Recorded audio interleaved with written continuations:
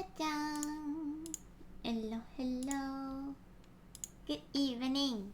And also, thank you. 20 months. Holy shit, actually. 20 months. No, you know what that means?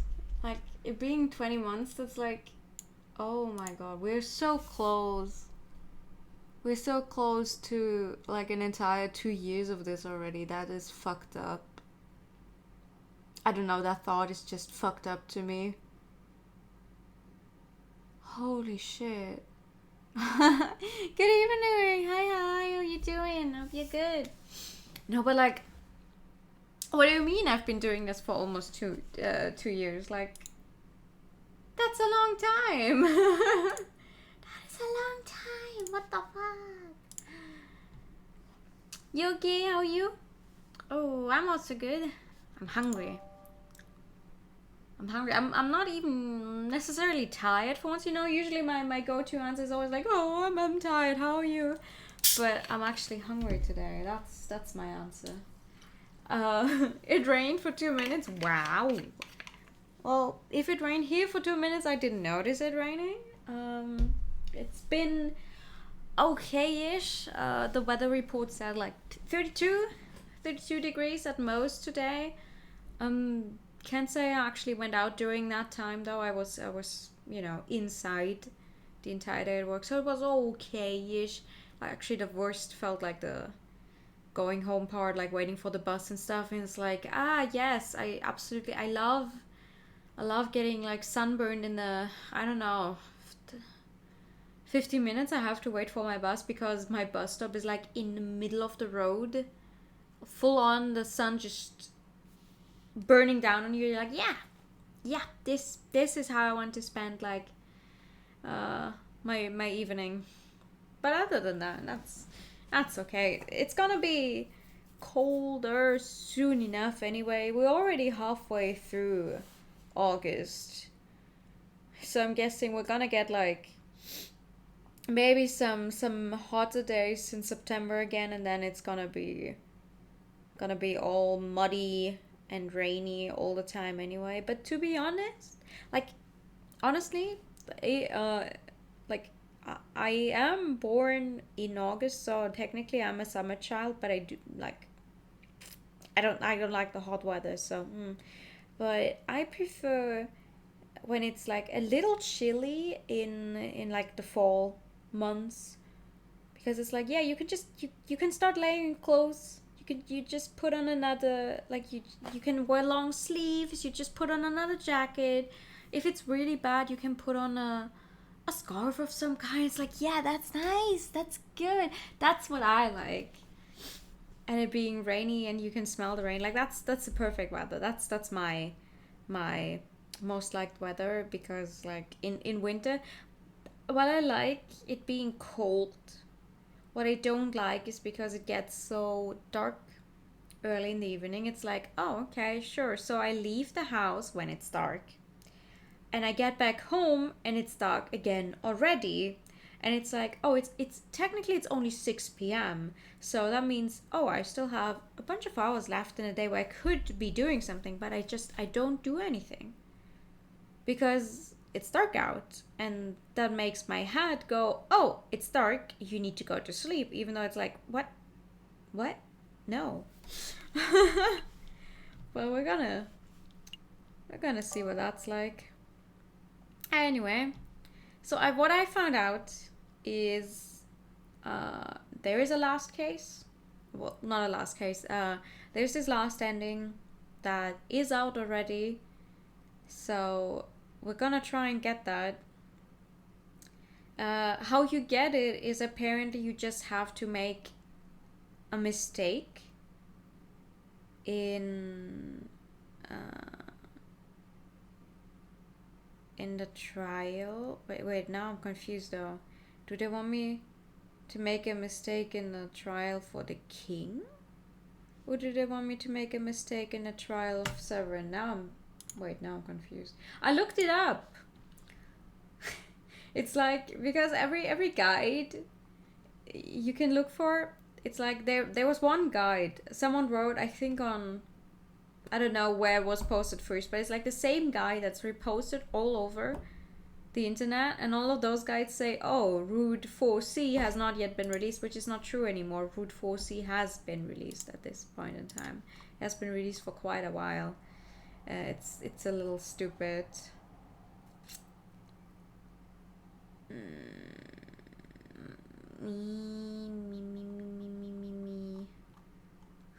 And I thought I looked it up and I knew it, but I guess I don't. Okay, hold on.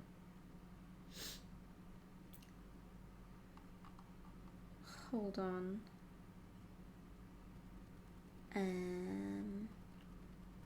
I guess they mean make a mistake during the trial of Kokoriko.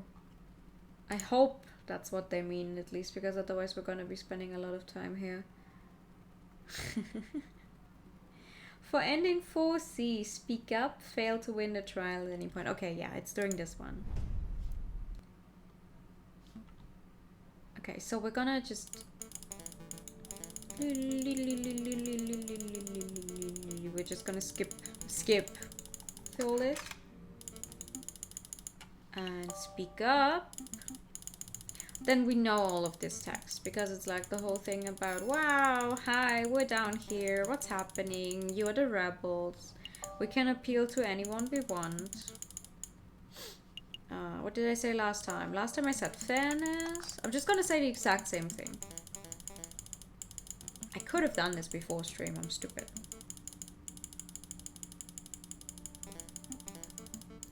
The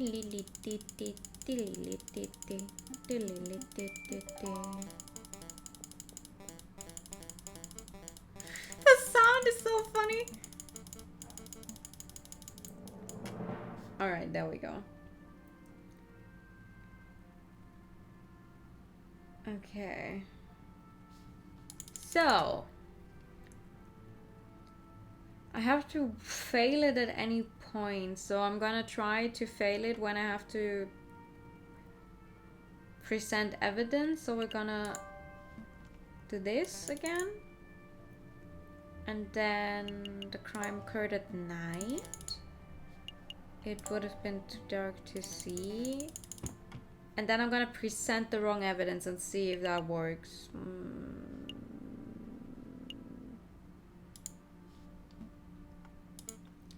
How uniously I'm so broken, I don't quite follow. Well, you see, you picked the wrong piece of evidence, didn't you? Yeah, I messed up. Madame Yumo scolds. Are you trying to toy with me? I don't appreciate it. Explain yourself, Falcon. Why do you think the street lamps over Rue de Mademoiselle were broken? Oh, I have several. I wonder how many times they let you fail to present the right evidence. Let's see. What about this one? Wrong evidence. Oh, does she not care? How many times? Ah, okay. 3 times. Okay. So you don't immediately fail even if you give the wrong evidence once, but you fail if you give it 3 times. Fair enough of these rambling theories. Falcon, your respect for your comrade is admirable, and you displayed great valiance by leaping headfirst into the lion's den. But you failed to convince me of this bird's innocence. Madame Beaumont, I implore you, not another word. We humored you, we set up a court and went through the motions of a trial, and now the Rooster's guilt has been formally proven. We have more evidence. Enough! This trial is over. Seven Kokoriko, you've been formally tried by the people of the Second Republic. We have found you guilty on the counts of conspiracy, of the murder of the Croc Monsieur, and of the murder of my father, Jean. Wait, actually, if it's a male name, you say Jean. And if it's a female, you say John. I think. Madame, please. JJ, it's alright. I've made my peace. This is far from alright. Dying in the name of a new republic at the hands of rebels, there are worse ways to go. It was good enough for Robespierre, right? Severin. There he goes. I don't like that we're gonna end this game with an ending where Kokoriko dies. Because I really came to like him. Like, he's not a bad person.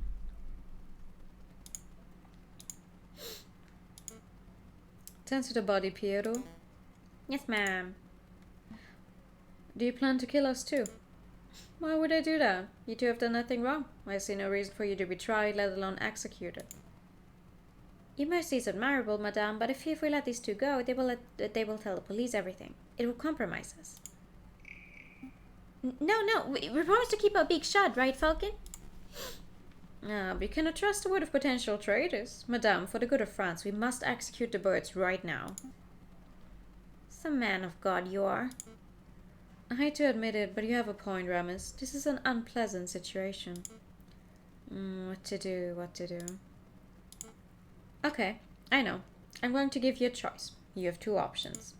The first is that I shoot you right here and now.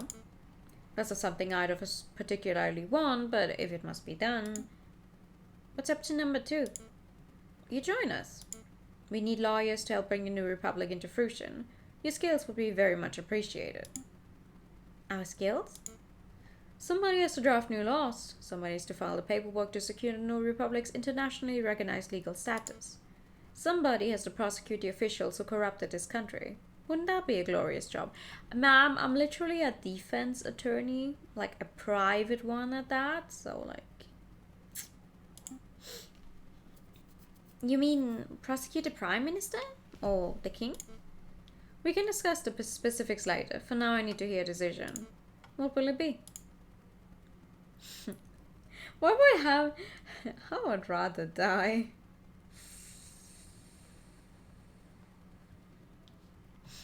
Well, I guess we don't want to die, so we'll join you. Fine, we'll walk with you. Good. Then a verbal contract has been made. So what happens now? Piero and Fontaine will lead you to Le Canard. I still haven't looked up how to say it. I will finish up here and meet you in 2 hours. Needless to say, they shall be keeping a close watch on you. Don't even think about running. Of course. Then we're done here. Fontaine, lead the way. We will join you. Good evening. Yes, madame. Come along, you two. You can seriously be trusting these filthy lawyers, madame. They're probably plotting revenge for their dead friend at this very moment. I do trust them. Throughout the trial, I got the impression that Falcon was trying to de-escalate the situation. Avoid violence. Such a viewpoint is naive, but it is exactly what we need in this revolution. But they will betray you. If they're stupid enough to even raise one feather against me, they will regret it. But she does not realize that the fucking wolf right next to her is definitely betraying her all the time.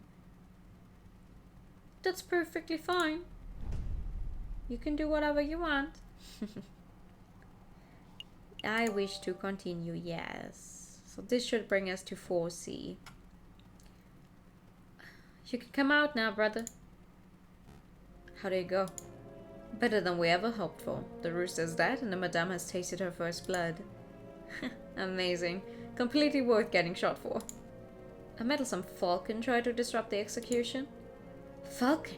Really? The tenuous wretch. Don't worry. He floundered and bumbled around hopelessly. The madame thinks that he's of some use, but really, he's as good as dead. This is marvelous. Every piece is falling into place. Our dream will be a reality in no time at all. To reason, brother. To reason. To hiccups. Act 4C. Fraternité. So, we're just gonna sit around here? Okay. I hope you don't harbor too much hate for the madame. I know that the rooster was your friend, but the madame does what she does for the good of France. Boy, oh boy, this is awkward. It is a bit. Perhaps a run of drinks are in order. After all, this is a tavern. What do you two say? I'm not thirsty. I mean no disrespect, Fontaine, but I'm not thirsty. Me neither. I get it. You're both a little shaken by what you saw. Can we at least get you some wine? Just a small glass to calm the nerves? Fine, whatever. Very good. Piero, fetch our guests some drinks. It's your round. My round? No way, it's your turn. Turns don't matter. You still owe me for that omelette I generously paid for last Friday. Yeah, well, you owe me for that coffee on Tuesday. Okay, so that's 30 cents of coffee deducted from a 60-cent omelette, plus the 25-cent peanuts you swiped from my pantry. Hold up, I ain't so good at mental arithmetic. Listen, Sparrowson, you need to go. Go? Yeah. I'll create a distraction. You head straight for the back door.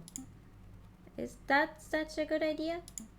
If you both stick around, we could both end up dead as soon as we rub the lioness the wrong way. If you both run, these two will probably shoot us in the backs. So, the way I see it, one of us running is the most viable option. Fucking don't argue. Once you're out, find Folletti and tell him what you've seen. Okay. So it's agreed. You get this round and I'll owe you 2 cents. Yep, and I hold you to them 2 cents. Be right back. Don't you two move or nothing. Hold on, but how is he gonna get out the back door? Aren't we like on the first floor right now? Even if they're birds, they can apparently not fly. He hold me to the 2 cents. That Piero is such a miser. Anyway, I don't feel like sitting in silence. Let's talk to pass the time. I have a gun question. Fontaine, I have a gun question. A gun question? Do go on.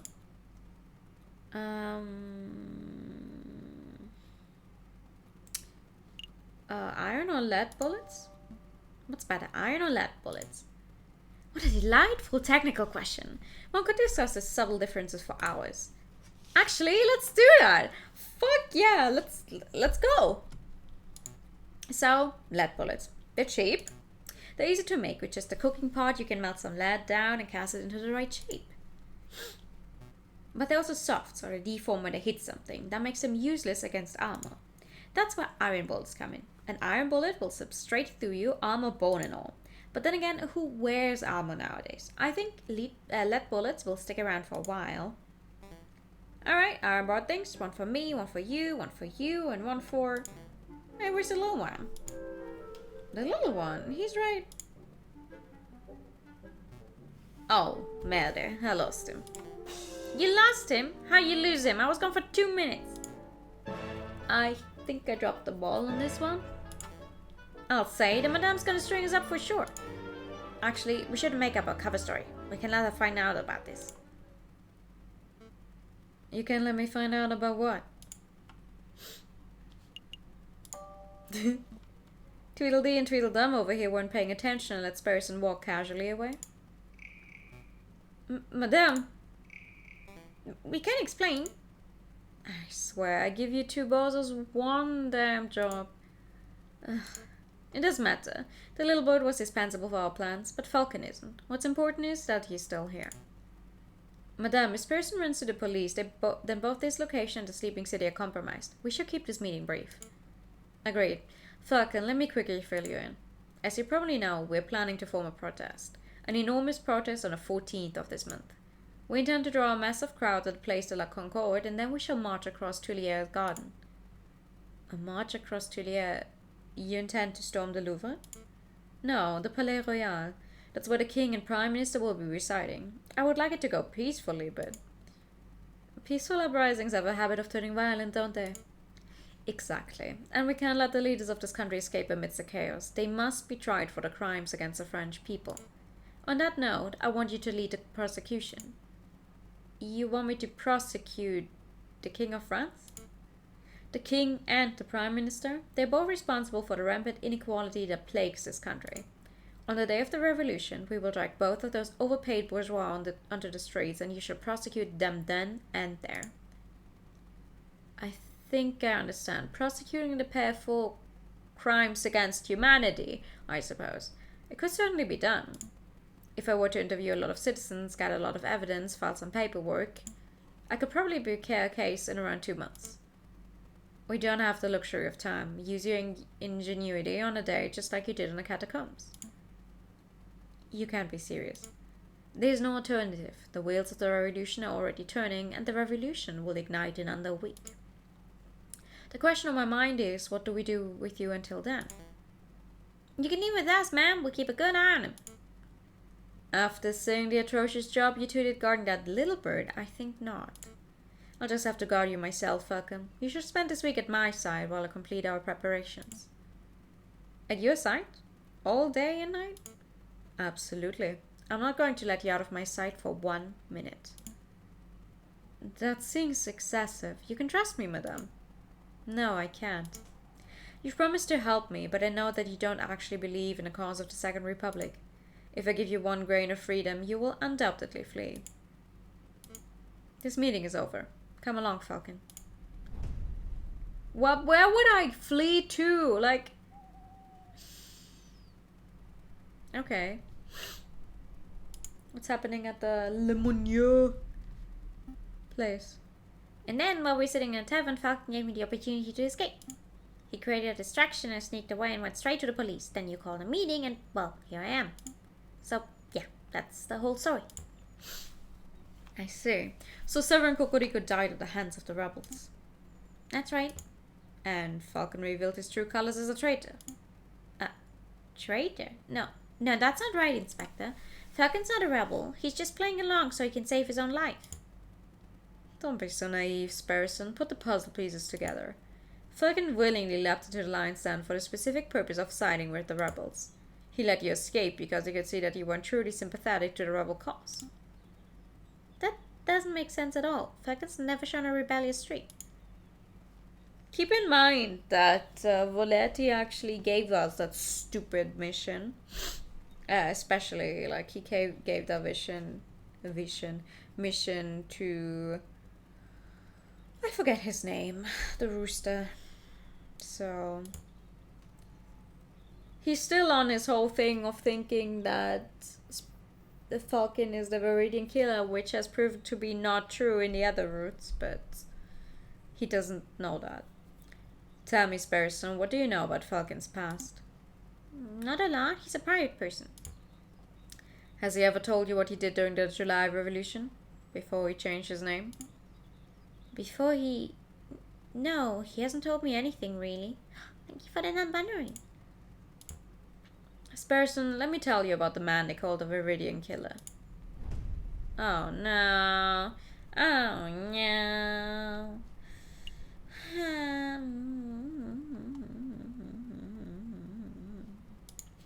Well, let's get started then. The Palais Royal. Just look at this disgusting den of fat-cat bourgeois and hypocritical politicians. The king is probably in there as we speak. Probably sitting in his high chair, stuffing his bloated face with cake and wine while he boasts about being the perfect citizen king.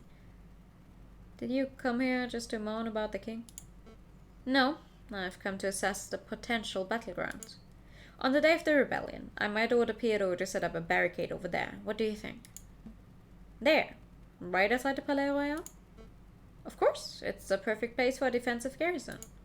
We can get the furniture from nearby buildings, build a wall and position rifles to fend off the police.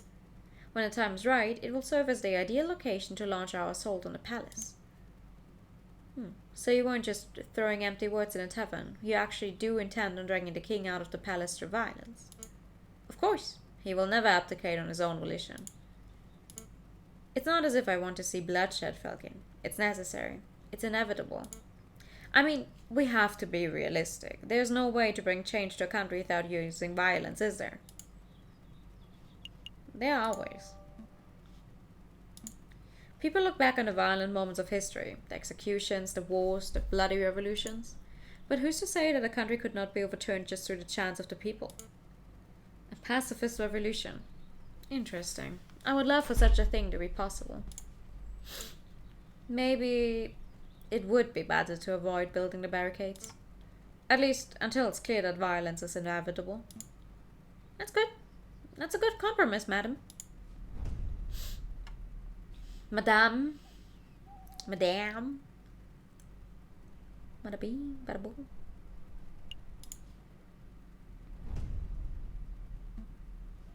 La Hose, huh? Let me guess, you have a weapon supply somewhere around here? Or maybe this is where you plan on meeting an informant, a government defector?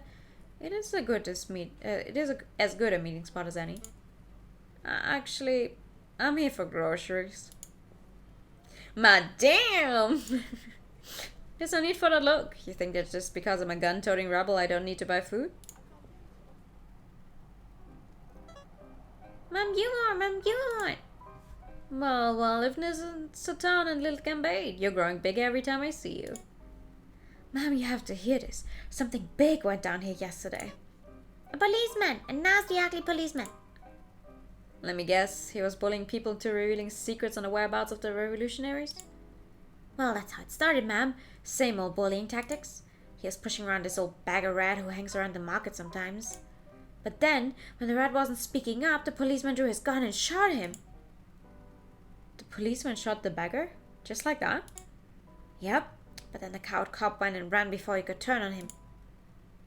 I find this difficult to believe. A policeman wouldn't openly shoot a beggar without just cause. Open your eyes, Falcon. This is the regime us Parisians live under. 1 second.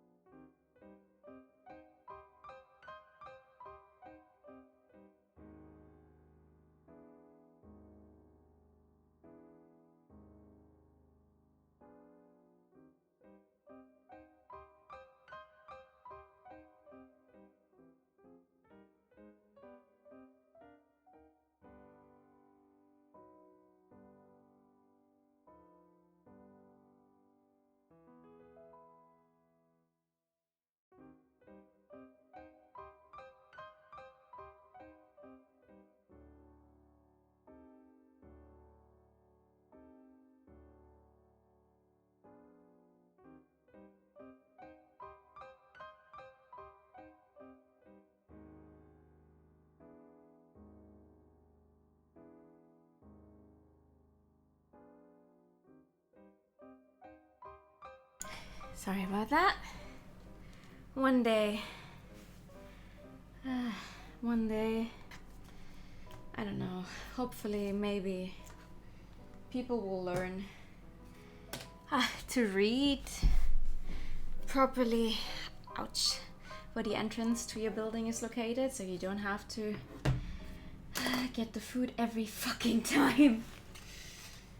But anyway, thank you for the pet, I'm sorry. It's like, you think I'd learn, right? You think I'd be like, you know, I could order the food on the trip home, and then it would arrive before stream, and then all of this stuff would never happen, but that would be boring, right? So we do this every other time. Ouch, Jesus Christ. So we would do this every other time. Anyway, let's keep going with our overthrowing the government deal. We're ignored by the government, oppressed by the police, and hanged by the courts. Why do you think I'm fighting so hard to make a change? We can't put up with this sort of bullying. No, this can't be right. Something has to be missing from Satan's story. I mean, I wouldn't be surprised if it is actually like a corrupt cop, but shooting someone in the middle of the day, that's a little much. Like, with so many people watching, I'm guessing it's someone It's a setup, actually. Like, maybe by the wolves or something. Because she's still not violent enough for their taste, right? About her revolution. I wouldn't be surprised if the wolf set something up. Do you mind if I ask you a couple of questions, madame? Sure, ask away. Make it quick, Falcon. What did the policeman look like? Well, I didn't get a good look, but he was tall and ugly and mean-looking, and he had one eye. One eye? Yep, and one of them pirate patches. Wait. Really? But why would you go and... The fuck? There's no way. Ring any bells, fucking? I know a man who fits the description, but it simply couldn't be him. He's a bitter individual, but he's morally righteous. I can't imagine him shooting an innocent person so recklessly. Don't let your bias towards the justice system affect your judgment, Falcon. If you think you know who did this, then please name and shame him. I think I should bite my tongue until I'm a little more certain.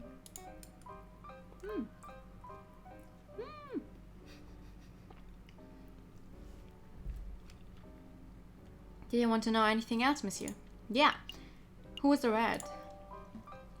Just who was this beggar rat? I didn't really know him well, monsieur. None of us did. He was kind of a loner who hanged around, asking for scraps of food and cents. I don't even know his name.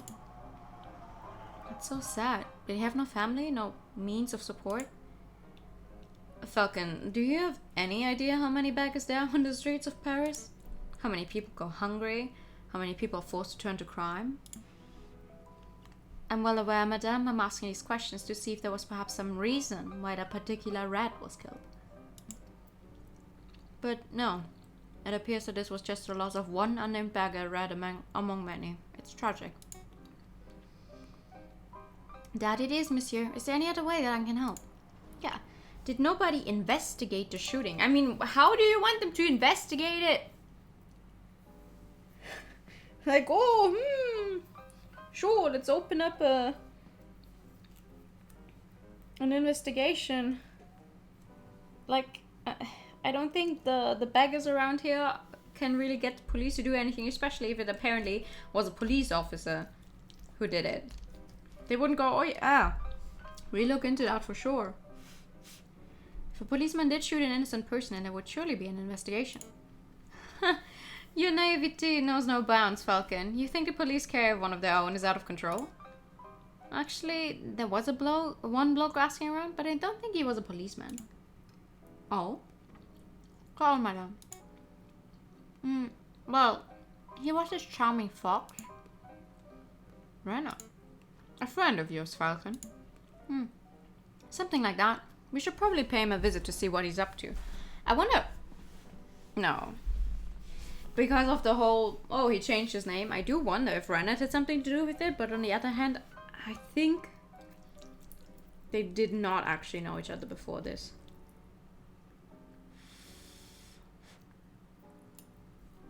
So, pay him a visit.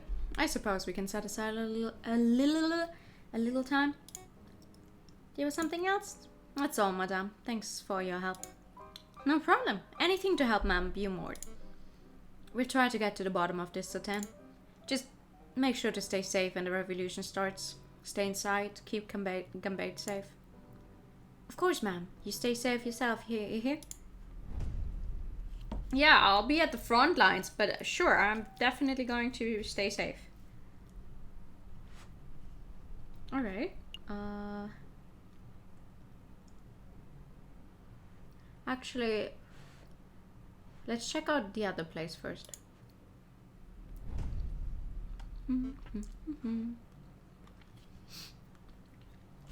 Let me think.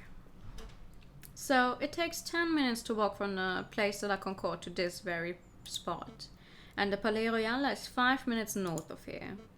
But the crowd will be fairly large and slow. It may take twice, maybe 3 times as long to make the move. Having a logistics problem, madame? Perhaps. The plan is to walk the crowd from here through Tulier to the Palais Royal, but if we take too long to pass through Tulier, the police will trap us in. We could be flanked and slaughtered. That is quite an issue.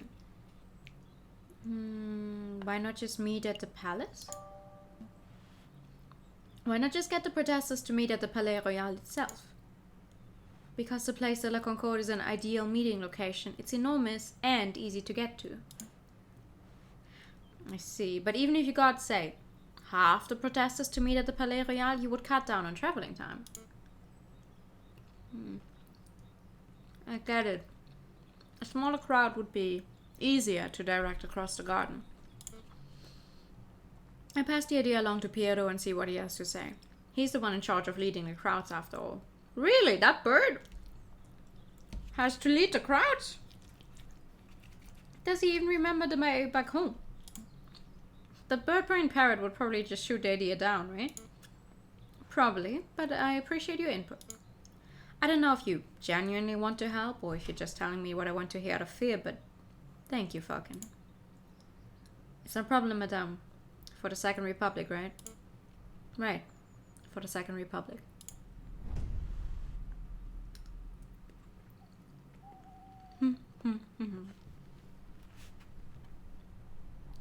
Well, at least I can safely say about this food.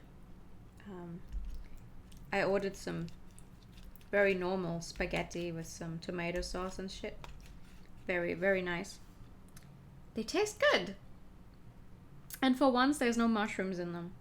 Because I've had the unfortunate mistake. Well, not mistake. Well, first time it was an accident. I ordered some pasta and the sauce sounded nice and it didn't sound like there was any meat in it, because sometimes it's a little hard to tell, right? But then instead of meat there was like, I don't know, what felt like 5 entire giant mushrooms in there. The second time I ordered the same thing again, remembering, oh nice, this tasted really well, but I had forgotten about the mushrooms. And then at a completely different place I also ordered some pasta, again with like just tomato sauce, where you're like, okay, it's literally just tomatoes. No, guess what was in there? Mushrooms as well. Who puts mushrooms into tomato sauce? Why?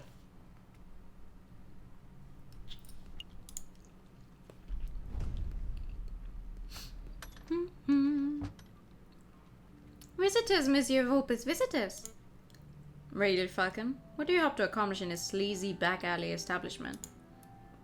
Sleazy? Madame, my back alley office is perhaps a little cluttered and eclectic, but I resent the accusation of sleaze. Maybe I should do the introductions.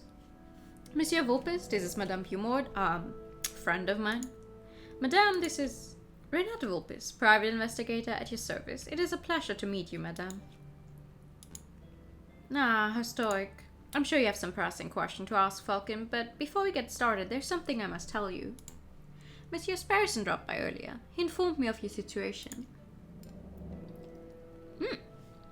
Sparrison, is he alright? Oh, yes.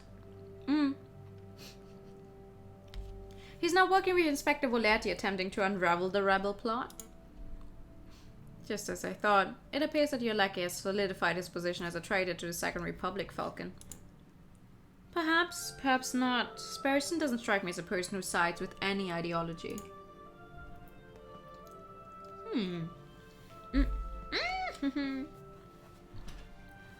Same people who put mushrooms on a pizza? Okay, I guess if you like it, it's one thing, but not making a mention of it on the page where you can order it, that's the weird part. Because I wouldn't have ordered it if it had said, oh, there's mushrooms in this thing, right? Or I would have asked them to maybe take the mushrooms out if I like everything else about it. But no, there was simply no mentions of the mushroom, no mention of the mushrooms at all. So I sat there like, huh, great, okay.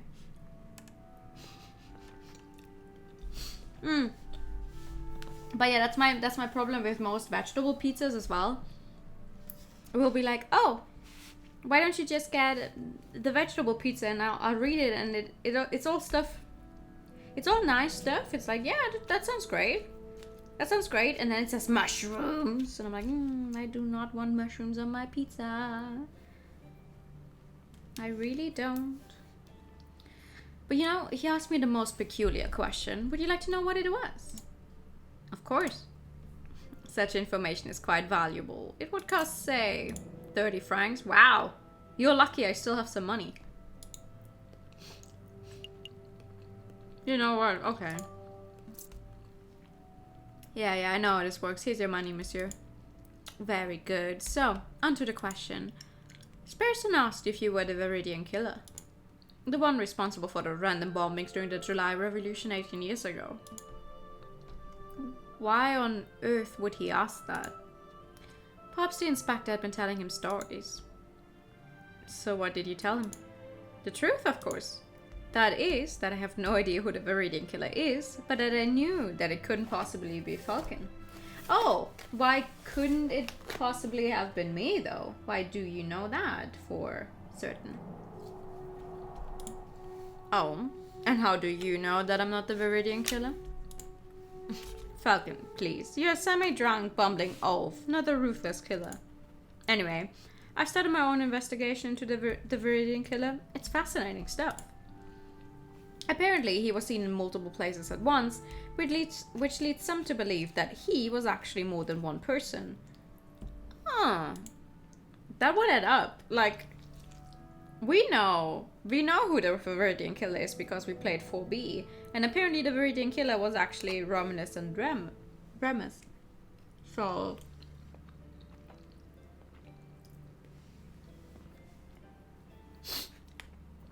that works out. That's two people. That's two people seen in several places. They know a lot about the Parisian underground. Thank you so much for the hider time. 1 second. I forgot to actually get something to drink.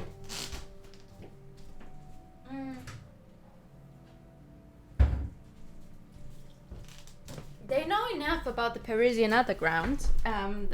That's why they also knew what to plant the bombs and make it all go off, right? I mean, I don't know how old they are, but they've been around for quite a while. And also they managed to be in really high, well, I don't know how high a position a friar in Notre Dame is, but relatively. And also the other one being a judge, so they were well trusted at that point in time already. Not bad. And do you know why they call him, or should I say them, the Viridian killer? Viridian is a greenish color. It is? I did not know what color Viridian is, actually. You're always trying to order food from places that only have a fancy name. Oh, that's also a mood. It's like, just tell me what the thing is. Like, if I don't know, if I don't know what the fuck it is supposed to be, then I won't order it.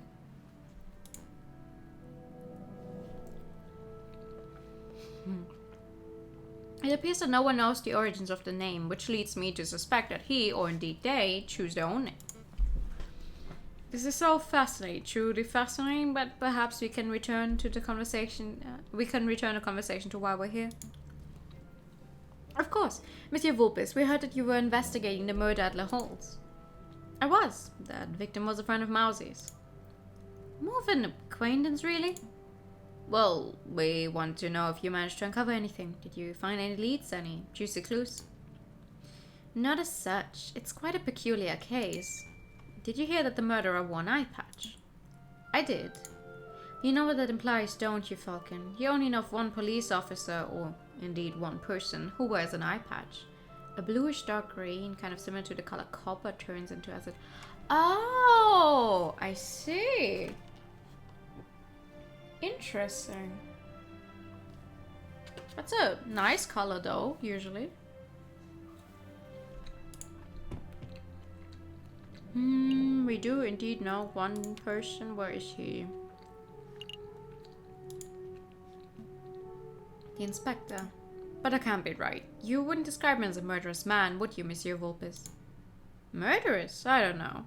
He's certainly passionate about finding the Viridian killer. Who's to say that he wouldn't kill in the pursuit of his arch enemy?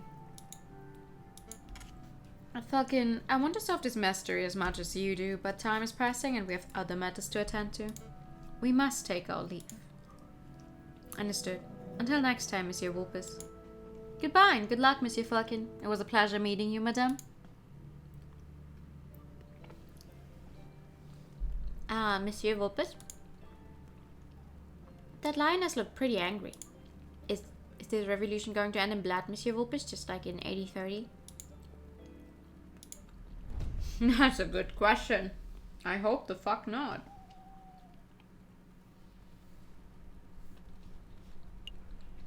But this ending is certainly not going to end well.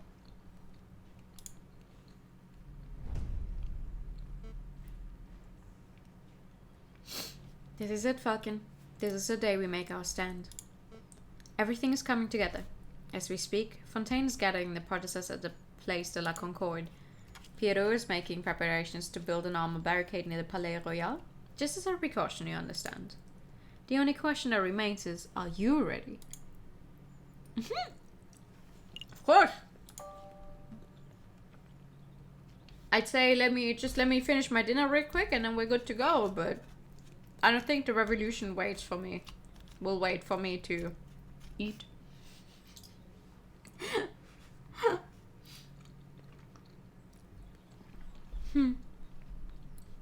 Absolutely. Bring in the revolution, I say. That's the spirit. Come on, let's see how the protest is going. Bad. Falcon and Beaumont arrive at the Place de la Concorde. The air is thick with the chants, shouts, and cheers of hundreds of protesters. A line of mounted soldiers stand shoulder to shoulder outside the entrance to Tuileries. This is amazing. I had no idea the Second Republic had this many supporters. Of course, you didn't think that we were just a few animals huddling in a cave, did you? The desire for revolution runs deep in the city. Everything's in place at the Palais Royal, ma'am. Just say the word and we'll set up the biggest barricade you've ever seen. Then we can all storm the building and drag that cocky king out of his chair. It's been a change of plan. We're still going to protest, but we're going to do it peacefully. No firing from behind barricades, no violence, no capturing the king or prime minister. Madame, are you feeling alright?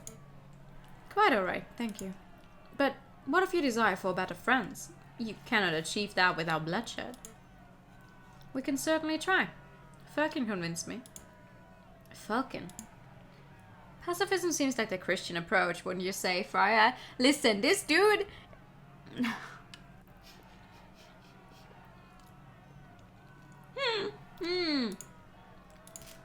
I see. So that's how it is. Excuse me, madame. Uh-oh. I think the friar disapproves of the new strategy. He probably thinks I've gone soft, and maybe I have. But I'm not deviating from this path, even if each and every rebel leaves my side. Don't worry, ma'am, you aren't alone.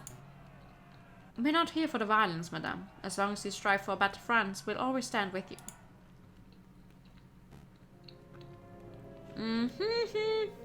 Every time the other wolf shows up, I just think to myself, oh no, something bad's gonna happen.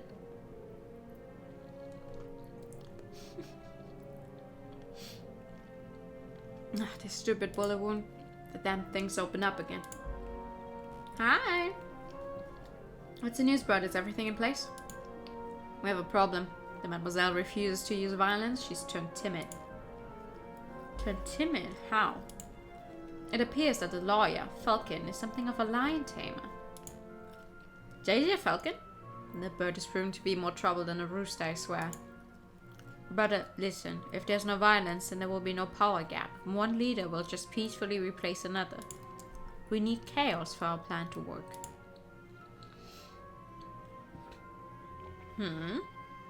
Guess we have to follow through with our contingency strategy. I'll find the victim, you find the suspect.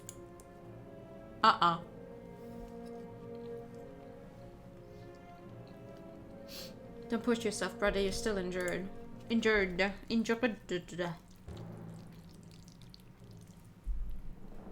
I'm sorry. I'm just now realizing that you can probably hear the Squishy noise of my pasta.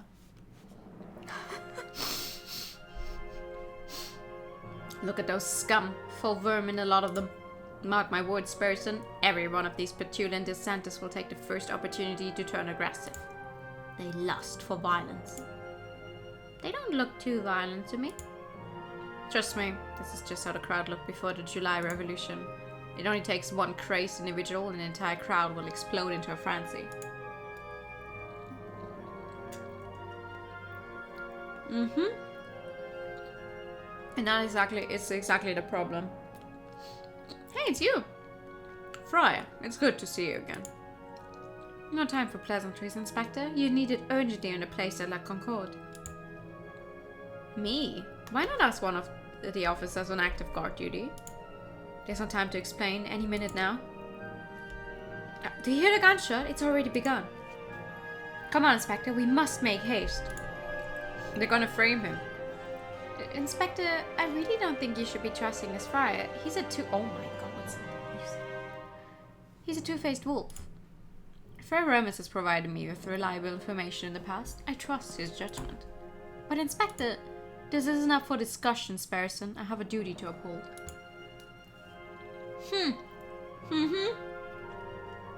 A duty to this country. You're gonna make it worse. Stay put. I'll be back in no time at all. But, what should I do now? Obviously not stay put. Every time someone tells you to stay put, the worst thing you could do is actually stay put.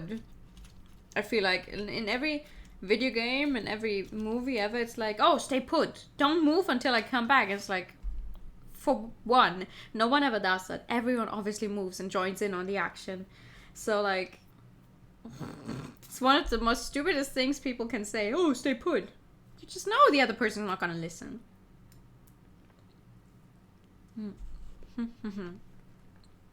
A gunshot. It was nearby too. So the friar was right. Violence really is an inevitability. We haven't reached that stage yet, madame.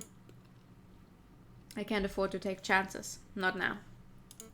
Pierrot, march the crowd to the Palais Royal and construct a barricade. Yes, ma'am. Fountain, Falcon, we're going to find the source of this disturbance. Oh, we are?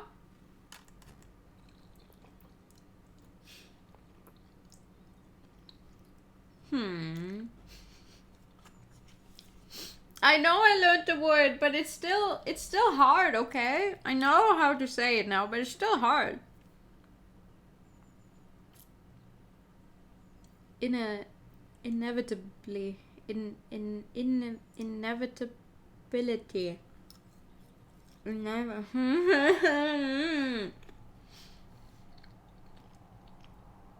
Okay, you practice a word you said wrong your whole life and suddenly do it perfectly first try, huh? It came from here, Inspector. Hurry, hurry. I'm moving as fast as these old lags will. Mon Dieu, her body. This woman must have been a target of the gunshot we just heard, but I don't see a shooter. I think the gunshot came from over here. Inspector? Falcon? Well, I should have known that the Viridian killer would have had a part in this. Inspector, I'm not...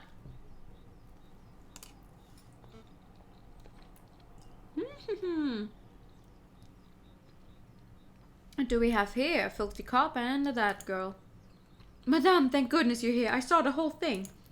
This poor innocent mademoiselle was approaching the police line with her hands in the air. When all of a sudden this brute of a police inspector yelled, "Get back, you filthy rabble." He drew his gun and shot the bird point blank through her heart. What do you mean through her heart? What's this nonsense? What are you prattling on about, Friar? Thank you for your input, Remus. It hardly surprises me that the member of the police would be one to cast the first stone. I think we're all being a little rash. Let's just take a breath, examine the situation, and... Wait a moment. You wear an eye patch. You only have one eye, Inspector. How observant. Tell me, were you the policeman who killed the rat at La Halls too? La Halls? What are you talking about? 2 incidents of a one-eyed policeman gunning down an innocent victim. There's no way that this is a coincidence. What you have here is a filthy, corrupt individual who takes pleasure in oppressing the common citizen. Am I right, Inspector?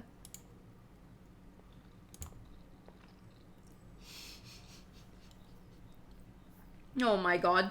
You know, both of them are so stuck in their ways that even if they weren't being led along by the wolves, I think they still would never, like, listen to each other properly. I really shouldn't be surprised that a stupid rebel makes stupid assumptions and comes to stupid conclusions. But open your damned eyes, mademoiselle. I'm not the assailant here. Don't call me mademoiselle. Or stupid, for that matter. Your guilt is plain to see. Given the circumstances, I ought to judge and execute you right here, now. Fucking, don't just stand there gawking. Vouch for me. I know this man. Madame, I know this man. His name is Inspector Voletti. He's ruthlessly law-abiding, so much so that I can't envision him shooting a man without just cause. Oh, shut up, Falcon. I'm done with your idealism. I listened to you. I took your words to heart about avoiding violence, and now a girl is dead. Well, I'm done taking chances. Remus, help me escort this invalid to Piero's barricade. I'll decide his fate there.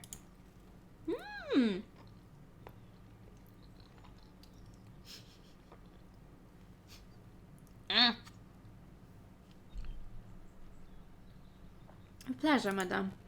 Come along, Inspector. You motherfucker.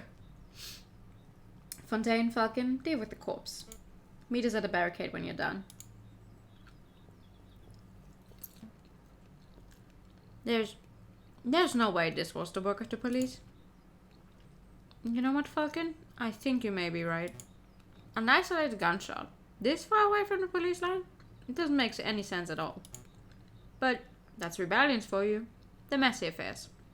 Sometimes innocents get caught in a crossfire and there's no reason for it. There's a very specific reason for this one, though.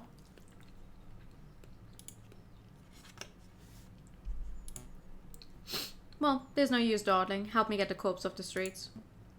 Not yet. I'm going to examine the body first. Examine the body?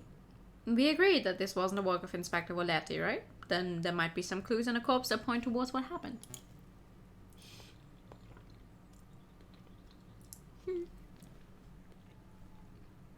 An impromptu coroner's examination, eh? Fine, you have 2 minutes. After that, we're heading to the barricade, whether you're done here or not. Okay. So, there's a bloody handprint here. And also, what do you mean shot through the heart, but the entire blood splatter is on her back? I mean, you can shoot someone through the heart from the back as well, but then the blood splatter wouldn't be like this. It's a smug. It almost looks like... And they said she was shot from the front, so... A handprint made in blood. Probably the mademoiselle's. No, I don't think so. It's the handprint of a left hand on the girl's left shoulder. There's no way a person could comfortably reach that spot on their own back. I suppose so, but if the handprint doesn't belong to the girl, then who does it belong to? The murderer. It has to be. The question on my mind is, why is the handprint made in blood? Did the murderer sully the hand on the girl's gunshot wound, or were they injured prior to the shooting? There's so much to uncover here, and no time for a thorough investigation. Or do you think his own gunshot wound was open, and because he kept touching it, his hand was already bloody, and then like he grabbed her and held her in place?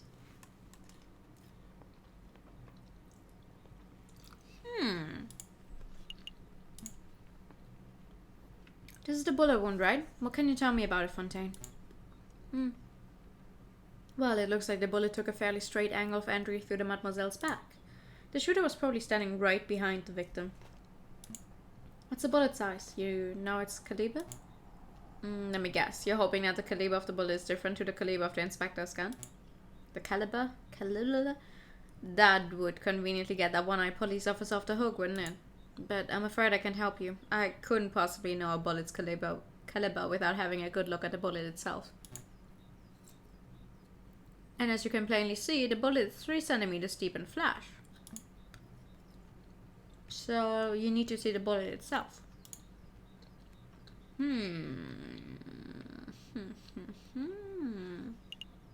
Help me retrieve the bullet. Retrieve? You mean dig it out? I assume you have a little more experience in this area than I do. Well, you're not wrong there. Fine. This will take only a moment. Ooh! He's like, oh, it's 3 centimeters deep in there, and then he just grabs it. Ew.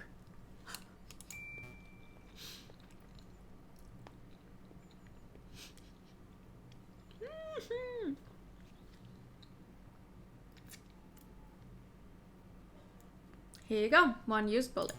It looks like a standard lead rifle pistol ball, but I'm afraid I cannot tell you its caliber. Why's that? The bullet fragmented upon impact, monsieur. I gathered all the pieces, but I cannot assess its diameter with any accuracy. Still, I would guess that it was 13 to 17 millimeters. Sorry that I can't be more specific. It's an enormous help. Thank you, monsieur. 13 to 17? I know nothing about guns. I do not know what kind of gun that would fit.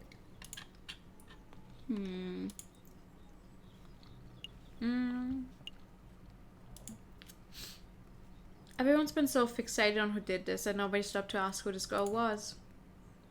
I don't know, monsieur. Given her clothes, she's probably just another working girl. Just another? I didn't mean to sound glib, but it's true. This one mademoiselle among the thousands who live in Paris.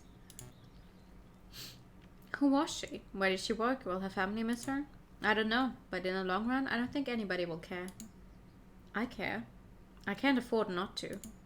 I don't know who this mademoiselle was, but I'm going to see to it that justice is brought about for her death. Enormous bullet by modern standards, reasonable for back then though. Right? Hold on. Wait. True, that is way bigger than I illusionally envisioned it. It's a long shot, but maybe this girl is faking her injury. Just for the sake of thoroughness, I really ought to check for a pulse. Right. No, nothing. I mean, yeah, obviously.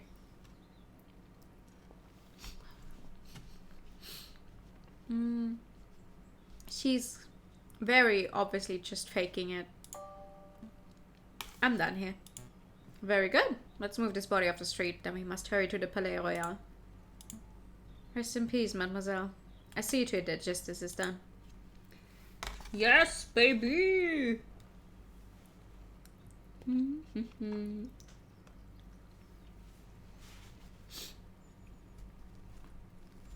I mean, how big would the average bullet be at this point? Everything's going just as planned. The madame is probably fuming right now. She attacked the Palais Royal. The prime minister will flee and then... Excuse me, monsieur. What do you want? I'm busy. Don't you recognize me, monsieur? I know that my disguise is a little more complex than yours, but I assumed you would recognize Prince Juan when you see him. You're Prince Juan? Indeed, and you're Judge Romulus, the corrupt wolf. I know what you did. You tried to assassinate the king, you shot the croc, monsieur, and just moments ago I saw you murder a maiden at the Place de la Concorde. You truly are a vile individual, are you not? Yes. If you have any proof of any of that stuff, I'm out of here. I also know that you're only 1/2 of the Viridian killer.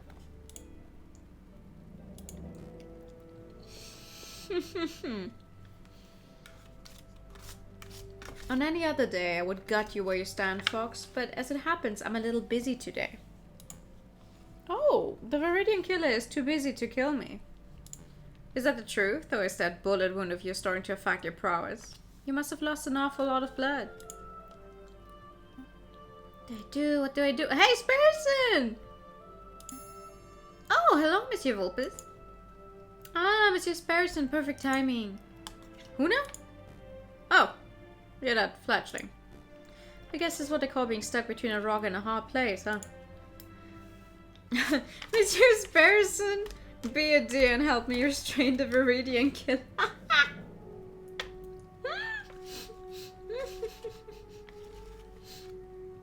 Something tells me it's not gonna be that easy. You know, between a wolf, a fox, and a sparrow. I have a feeling that it might not be that easy to restrain him, even if he's lost a lot of blood. This guy? He's the Viridian killer? He looks more like Judge Romulus to me. Well, you would be right about that too. Wow, so he's two scumbags in one. Alright then. Ow, mind the wound. Quit your whining, Your Honor. Quit your whining. Very nice takedown, Monsieur Sparrowson. You may want to check his pockets for weapons. He's something of a notorious killer after all. Of course. Let's see what we got here. Aha, here we are.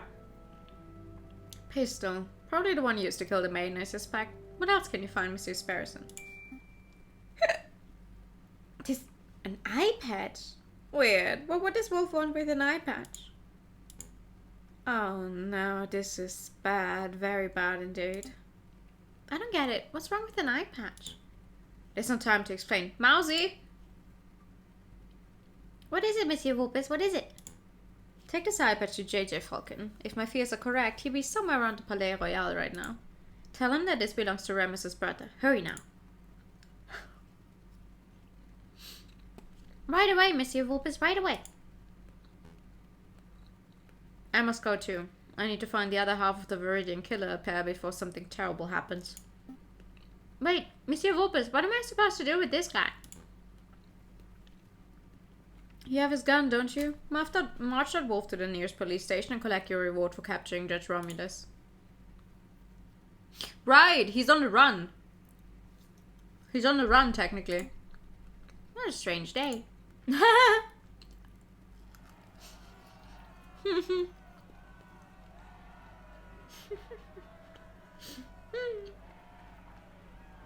Outside the Palais Royal, the rebels have constructed a makeshift barricade out of furniture, branches, rocks, and anything else they can find. From behind the wall, the rebels taunt the police and royal guards with chants. I'm growing impatient, pig. Confess your crimes. I have nothing to confess, you filthy rebel. You and all your rebel friends, however, should confess to 1,000 counts of treason and public disorder. I will see each and every one of you hanged for your flagrant disregard of the law. Your stubborn attitude is disgusting. A few days ago, you were seen at La Hold. Witnesses saw you murder a beggar in cold blood. Today, a friar has testified to seeing you murder a girl, again completely unprovoked. I don't know why you continue to plead your innocence. Innocence with an S! But it doesn't matter. I don't need a confession to know that you're a killer. Madame Beaumont, stop! The inspector didn't shoot at mademoiselle. Keep your beak closed, Falcon. I'm done listening to your suggestions. This policeman is as guilty as every other monster in our decrepit justice system. It's my duty to execute them. Madame, Falcon has uncovered some pretty convincing evidence. I would recommend that you hear him out. Please, just give me 5 minutes. 5 minutes and I can convince you of this inspector's innocence. 5 minutes is precious in a time like this. I can't afford it. What if you're wrong? Are you willing to see another dead innocent? Thank you, madame. Having my life saved by the Viridian killer. How humiliating. Quiet, pig. Your life is mine until I say otherwise. Okay, so, first of all, let's recap on what Friar Remus had to say. Wait, where's that friar? He's a key witness to this crime. He scuppered as soon as he dropped the inspector off, said he had some business to attend to. Business? Business? Busyness. Man, oh man, those barricades are looking pretty scary. But I mustn't fear, for I'm a brave dog. I'm the great Officer Beck, handsome, intelligent, strong, truly a fearless hero who will be remembered for... Hello, officer. Oh, you scared me, Monsieur monk? Friar, actually. Friar Remus. Listen, officer, I have something of great importance to tell you. I was just passing by the rebel camp and I overheard a conversation. Oh, this sounds good. Do go on. They said they were going to launch an assault very soon, and when they do, they're going to rain hellfire on the place. Oh no, it's just as I feared. What'll we do?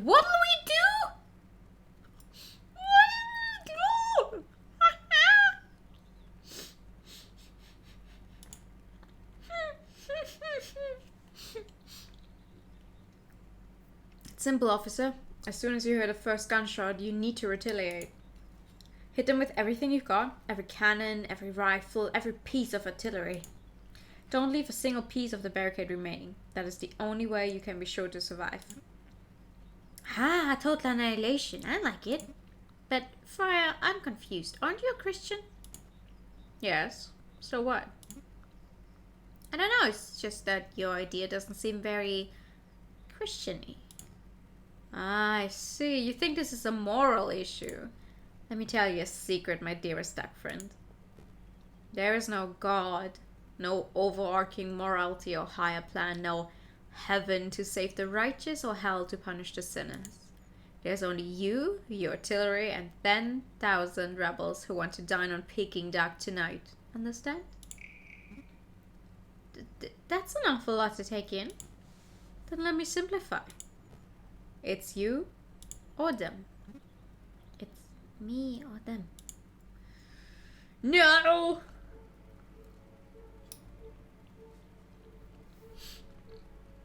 Don't do it!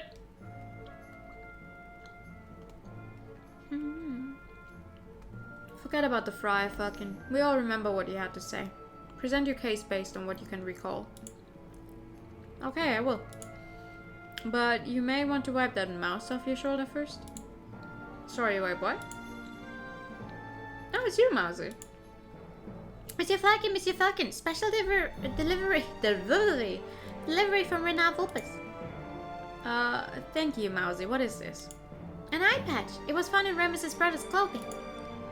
Remus's brother. This is an eye patch belonging to Judge Romulus. That's interesting. Where is Romulus? There's no time, monsieur. Just take it. I have to run, monsieur, but you have to do your best. Monsieur Vulpes and Sparrison believe in you. Sparrison? You've seen Sparrison. How is he? There's no time, monsieur. Good luck. I mean, he could have also just said, he's good. Now go. Do your thing. That would have taken, like, as long as saying, oh, there's no time. Goodbye. Are you quite done, Falcon? Very much so. Let's begin this trial.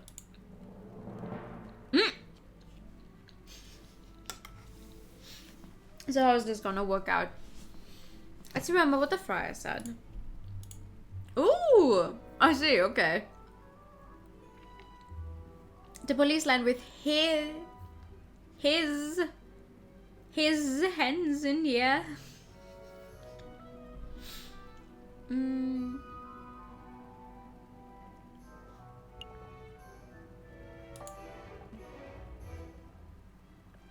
Remus claimed that the girl was shot point blank in the chest. She was shot in the back. The girl was clearly shot in the back. I know, I remember seeing the bullet wound for myself.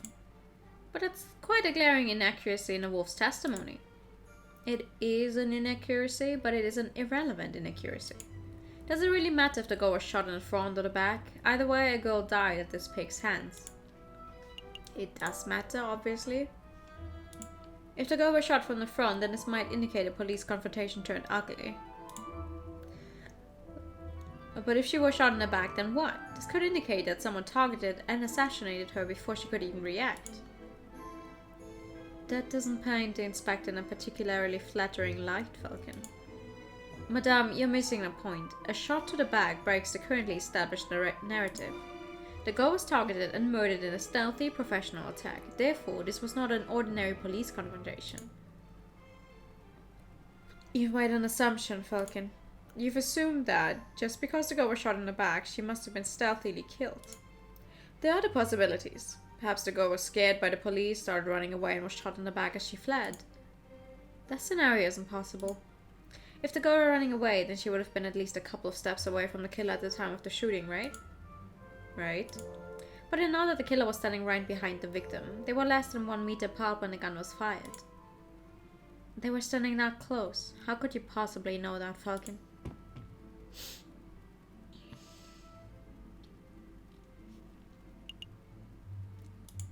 Unless the other person has like 3-meter long arms. We saw a bloodied handprint on a girl's shoulder. What do you make of that, madame? Well, I assume any bloody stain would belong to the victim. A mark made with the girl's dying breath, perhaps. Now, it was the print of a left hand on the girl's left shoulder near her upper back. The angle and positioning of the print indicate that it could only have been caused by another person. That's why I'm so certain that the killer was right behind the girl at the time of the attack. I see, that's quite a theory. But Falcon, you've left an important question unanswered. Why was the handprint bloody? The print was made with the victim's blood, yes, so it can't possibly have been made prior to the shooting. The killer must have wiped his hands on the girl's clothing after she had already died. And if that's the case, then my suggested scenario is still possible. The girl may have been running from the police when she was shot. No, I'm still trying to work out the details. But I know that the print was made prior to the shooting. Maybe the shooter was injured and his hand was already covered in blood?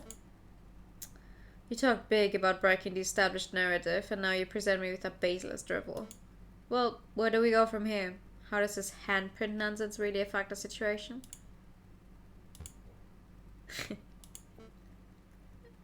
Do you find something funny about this situation, Inspector? I do. This whole trial is patently absurd. It's an animal court through and through. But there was something particularly funny about the last exchange. Does he even have hands? Quick question, because we've never seen them. You were both so focused on when and how this handprint was made that you missed the larger issue. I don't have a left hand, you idiots. I couldn't have possibly left that mark. Oh, right. Of course. Well, madame, what do you say to that? Maybe the handprint came from an accomplice, or maybe it had nothing to do with the incident, or... It feels good to see someone else speculating wildly for a change. Okay, fine. I don't have a solid explanation. I must concede that it's possible, maybe even likely, that the person who left that mark was the murderer. Therefore, as much as it pains me to say it, I must concede that the inspector probably did not shoot the girl. So that's it. The inspector's off the hook. He's now part of Splatoon, the Splatoon universe. If he's off the hook. Is it very obvious that I'm looking forward to the game? I hope it is. No, there's still the matter of the incident at La Halls. What incident is this? I know nothing about it. As if you don't know. A beggar rat was shot and killed in La Halls a few days ago. The attacker was described as a scowling police officer who wore an eye patch. Sound familiar to you? Go on, Falcon. Explain the pig out of this one. Until 5 minutes ago, I was at a loss. But I was recently presented with a piece of evidence that makes the answer also clear. This was a false flag operation. False flag? Explain yourself, Falcon.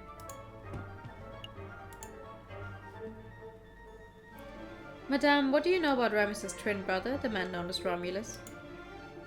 Not much, only that he was forced to flee the country by our oppressive government around a month ago. That's a half-truth, madame. You see, it is correct that Romulus is being hunted by the police. But I've had a suspicion that the wolf was lurking in Paris itself, although I never managed to find definite proof of this. Anyway, it turns out that my suspicion was well founded. He was recently apprehended, I think. You think? I don't know the details, but it doesn't matter. What's important is that a reliable friend found this on Romulus' person just moments ago. An eye patch. Romulus has perfect vision. Why would he need something like this? There's only one plausible explanation. It is part of a disguise. Something to conceal his identity and make him appear someone else. A disguise. You're saying that Romulus shot the beggar rat just to frame this police inspector?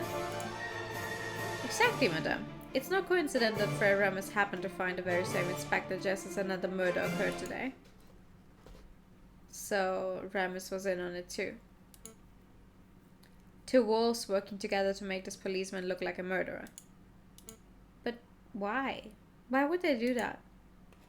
To rile you up, madame. To make you lust for violence.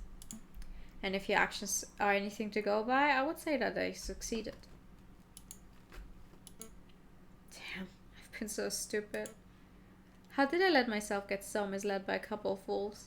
Hi, Itzy, good evening. How are you?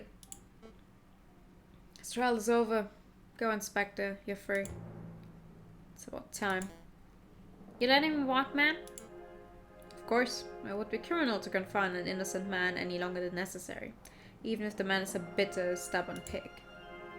Falcon! Yes?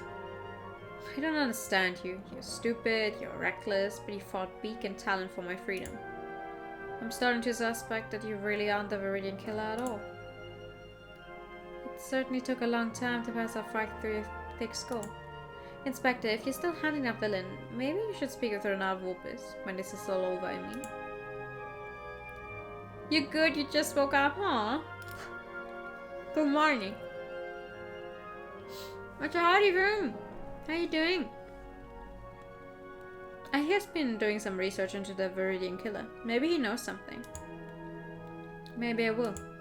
Madame, it appears that your gang of rebel filth don't intend on assaulting the palace anytime soon. I relayed that information to the artilleryman. Maybe we can keep a peaceful standoff going until this blows over. Thank you. I appreciate that. All of you, stay out of trouble.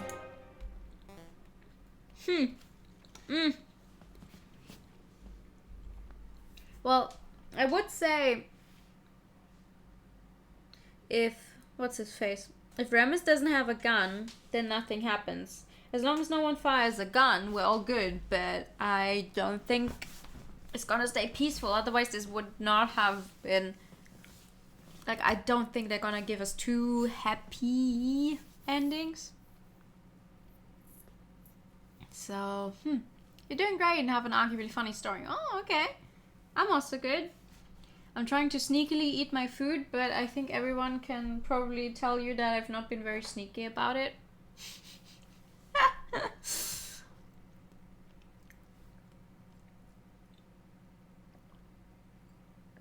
So, what happens now, man? We're going to continue our protest peacefully. We're going to stand here, chanting and shouting until the Prime Minister and the King both step down out of sheer humiliation. It might take days, weeks, but if we manage to change this country without one more person being harmed, then... Well, look who returned. Madame, I just saw the police inspector strolling out of here unharmed. Why did you let him go? Only one person would have to shoot a gun while the wolf is still around. Very true. I don't think he has a gun on him because, you know, he's running around as a friar, running around as a man of God, so I doubt he has a gun on him. But he just needs to grab a gun from literally anyone who's standing around here. And Beaumont has one, Pierrot probably has one, Fontaine has one. He just needs to grab them and shoot. As long as the duck hears a gunshot, it's gonna go down. That's simple, Remus. We all had a discussion, and we came to the conclusion that I had been misled by a couple of wolves. Oh? How many lies have you fed me, Friar? Just how much damage have you done to further your own goals? Did you help your brother kill the bagger rat in the hole? Did you watch the girl die by the Place de la Concorde? Now that I think about it, even the Croque Monsieur's death was surrounded by details that made little sense. I don't know what to think anymore. You know that this guy's a scumbag at least, ma'am. I say shoot him. Pierrot's right. We won't judge you for killing this man, madame. It's the least I deserve for my sins. Go ahead, madame. Right, if she shoots him, that's also still a gunshot. Oh shit, nah. What are you waiting for? Pull the trigger. Do it. Fucking, you've proven yourself as having clear judgment. What do you say? Shit! I mean, I'm all for I'm all for him dying, yeah, but if she shoots him, we're all gonna die. But we're all gonna die anyway, I think.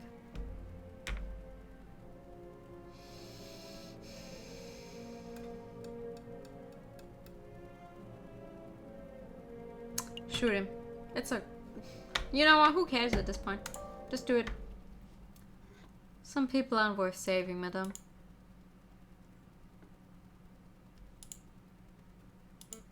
You're right.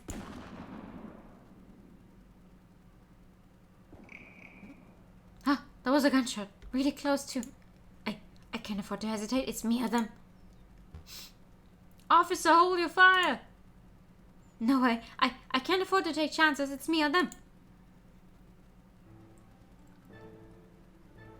It's me or them. Fire every cannon.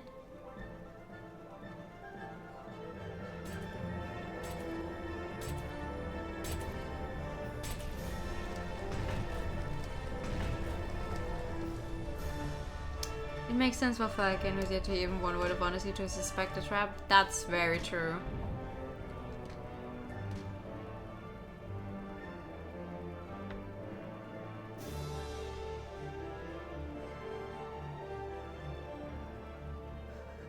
She was basically giving you a free drink and you just made yourself pay more. Wow. Good job. Can anyone hear me? Piero? Fontaine? Hello? Anyone? I'm here, madame. Falcon. Of all the people. I think I made a mistake, Falcon. Where did I go wrong? Was it when I pulled the trigger just now? Or was it earlier when I shot the prosecutor? Or was it earlier still when I first listened to that monstrous fire in the first place?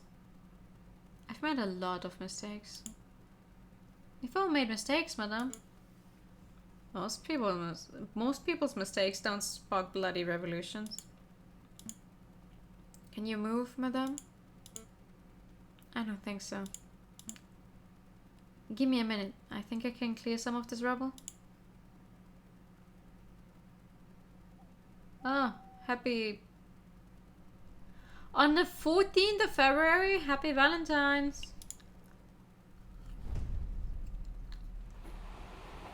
Dear Monsieur Vopis, I'm writing to you from the Demio Railway Express. Modern technology truly is amazing.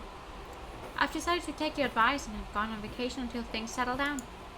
The king fleeing to Britain, the Second Republic taking over, it's all crazy stuff. Anyway, before I left, you asked if I knew what happened to Falcon. Well, I got my hands on a copy of the official police report and it says that Falcon died during the attack on the barricade. But it also says that the police didn't find a body, same as Leonie Beaumont. Weird, huh? Rumor is that he was probably blown away by cannon fire, but that doesn't sound right to me.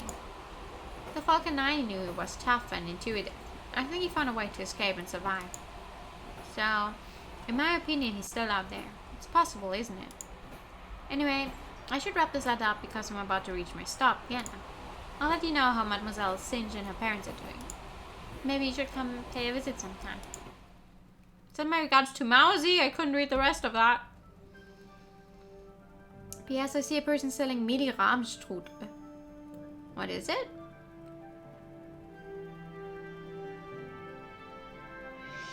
PPS delicious, that's why. Thank you for the share everything.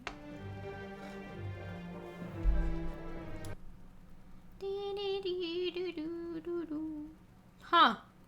I see. You've reached the end of Route C. The ending you received was determined by the decisions blah blah blah blah.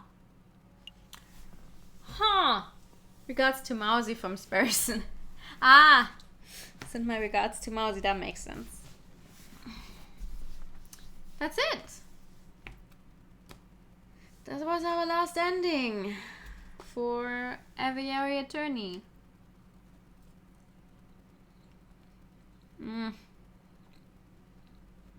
Beptonian Law, yeah, baby. I like the second ending more, though. Well, They do have the revolution in the second one as well, but in a completely different sense. And, you know, the fate of our main characters is not, like, unknown. We're gonna start a new thing. I had planned on starting a new thing anyway, because I knew that this last ending could not take that long. I mean, sure, 1.5 hours, okay, but that's longer than I thought it would be. But like, obviously, that's not long enough for a stream. I will be. Wait, let me do a real sneaky thingy. Ha! I can make a. Hold on.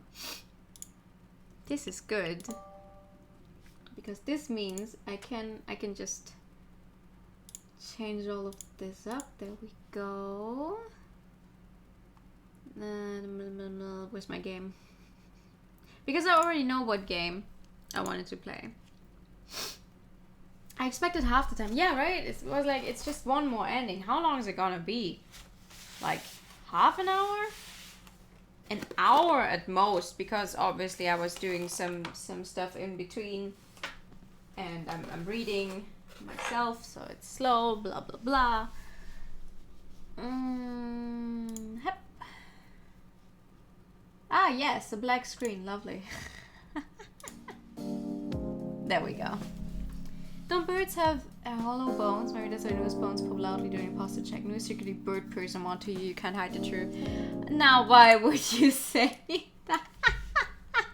That's not why my bones pop. To be fair, I do not know why my bones pop, but I don't think that's the reason.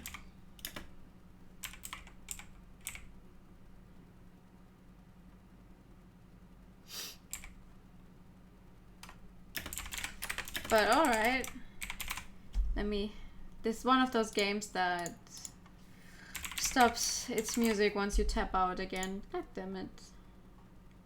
Anyway, let me switch all this up. And then we'll be doing diddly. And then we'll be doing a little different. It's the best reason I've seen so far. Alright, I guess. I'll take it. I'll take it. 1 second. This game. Let me talk a little about this game. I do not know too much about it. I've not played it before, so I know very little about it. I do know, however, that it's. Thank you for the pet. I do, however, know that it's relatively long. Compared to, like, visual novels we've played recently, this one is a little longer, actually. In the sense that most of the visual novels I've played recently were, like, 2 to 3 streams at most.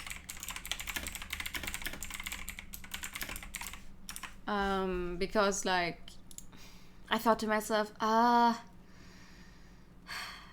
don't know, if it takes me, like, over a full month to play a visual novel, I fear that I might lose interest in it. Does that make sense? You know, when a game takes a really long time, you're like, oh my god, why is it taking so long? And obviously while I'm playing, I'm like, oh, I want it to be interesting, I want it to be fun, and if it feels like a chore to get through, that's not fun. But this one apparently is around 20 hours. So it's gonna take us like at least 10 hours more, because I have to read everything out loud.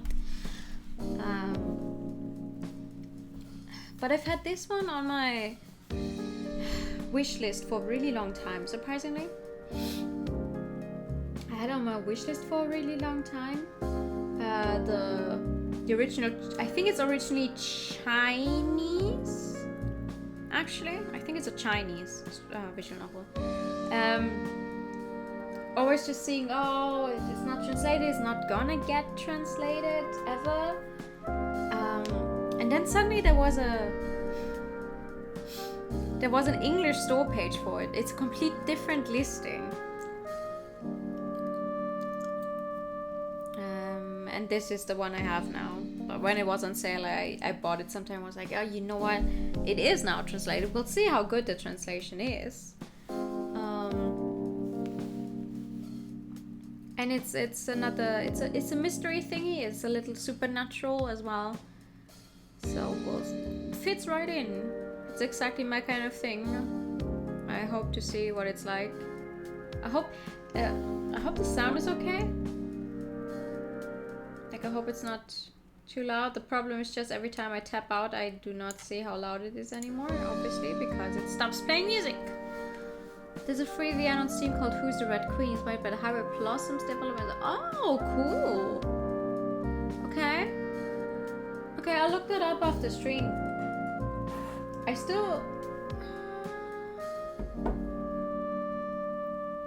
don't remember if I own another game by them that I still have to play, or if I'm just waiting for more games to release now. But I'll look into it. Thank you. Thank you. Also, this is because I'm moving my mouse. It's one of those pictures where the screen moves slightly. But yeah, I know nothing about this. I know nothing. We're just gonna jump right in and see what happens. It sounds and looks promising so far. Okay, that's good. Maybe we should turn on the cursor. The cursor looks nice. Maybe we should turn it on so you guys can see it as well. Oh, click spacebar to continue. The left mouse button or enter to continue.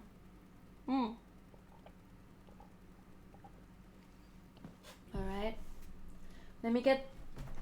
If the keyboard actually works... Oopsie. If the keyboard actually works, the enter button again, and I'm gonna use my silent keyboard. So, or the more silent keyboard, so you don't have to hear the clicking noise all the time.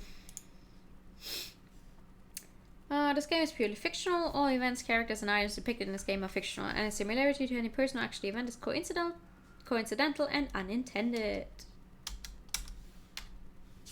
Oh, yeah, okay, enter doesn't work. It's only the spacebar. Literally, oh my god, okay. Hello! She keeps her eyes closed. She can't forget what happened because something still lingers in the air. Anger, maybe. No, it's not just anger. Maybe it's regret. A jump of thoughts sweeps through her mind, and the icy air is burning her cheeks. Flying is more difficult than she thought. Looks like her soul didn't sprout wings after all. Somehow it's like she's still here. She feels relieved at the thought. And thus the game begins. The world goes on, the clock is ticking steadily. The world doesn't owe anything to anyone, so it won't listen to anyone's requests. Even praying won't turn bad things into good things all of a sudden. Therefore, those who expect a lot from the world should overthink their attitude. Oh, Jesus, okay, that's one way to begin a game. Okay, thanks. There's no joy, no sorrow, just emptiness. The world feels heavy on her shoulders. What the fuck? Chapter whoa.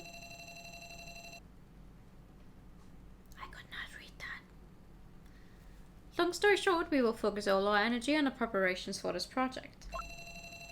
Although it will take place next semester, every day we slack off now means that the other art clubs have one more day to catch up to us. Keep in mind that our elite art club has a reputation to uphold. It is essential that we are victorious in the future.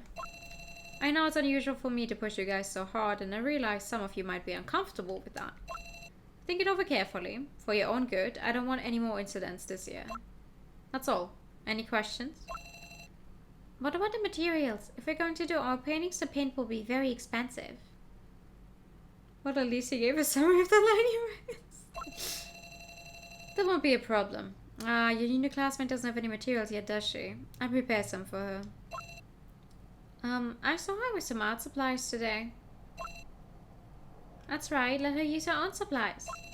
So there's no need to worry about it, is there? Guys, well, you can figure out a suitable solution amongst yourselves. That's all for today. The girl has a problem. She suffers from nightmares even during the day. Even when it comes to such a renowned, flashy school, the shadows are still everywhere, lingering. They're relentless. It took her a whole week to figure out where to hand in her homework. Nobody even considered offering her help. The teachers always seem to be in a hurry after class, avoiding contact with anyone. It is far from what she imagined. Something must be wrong with her. At least that's what she always tells herself. That's why she came here in the first place. Her family moves around a lot and she could never depend on her friends. The only thing she can depend on is her hobby. She doesn't like to talk, and as long as she doesn't have to, everything's fine. At least this school has an art club. If she doesn't need words to go about her hobbies, presumably she won't need words to make friends. That's what she thought. However, her expectations weren't met. Still working on that piece? Just give up already. The girl's smile is mean, a prideful grimace to draw attention and show off to everyone around her. The painting is a little different from what she was imagining, but she's dealing with the past bit by bit after all. The paint is still wet, but once it's dry, she will pay more attention to the details. When people say long story short because saying that makes it take longer. You know what's funny in German? How you can... Like, technically, if you were to translate it, you can tell someone... like, when you tell someone, oh, we need to start getting ready, we need to leave or something, you can say you need to slowly hurry up, kind of. I'm really bad at explaining it, but I just recently realized it, and ever since then I've just been sitting here like, funny. Long story short is not a saying that bothers me personally, but I don't use it much. I know I also don't see it being used much, so maybe that's why. Basically the verbal version of too long didn't read from before too long didn't read was invented. There was an embarrassingly long time when I didn't know what too long didn't read meant. Also an embarrassing long time where I did not know what ASAP was. I was like, what are you saying? Funny words, what are you saying? I'm going to ask people to please slowly hurry up. Yeah!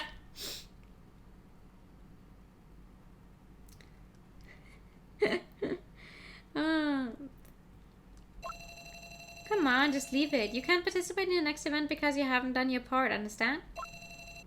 It doesn't really matter anyway. The work should be more precise. You should have left room for another line right there. Oh, leave her alone. Anyway, she's gonna fall flat on her face anyway, thinking she can't play in the big leagues. Those mean words cut deep like a knife, and sadly it's a daily occurrence. I wish she'd be more self-aware and know what her place is. It's so annoying to have a newbie around.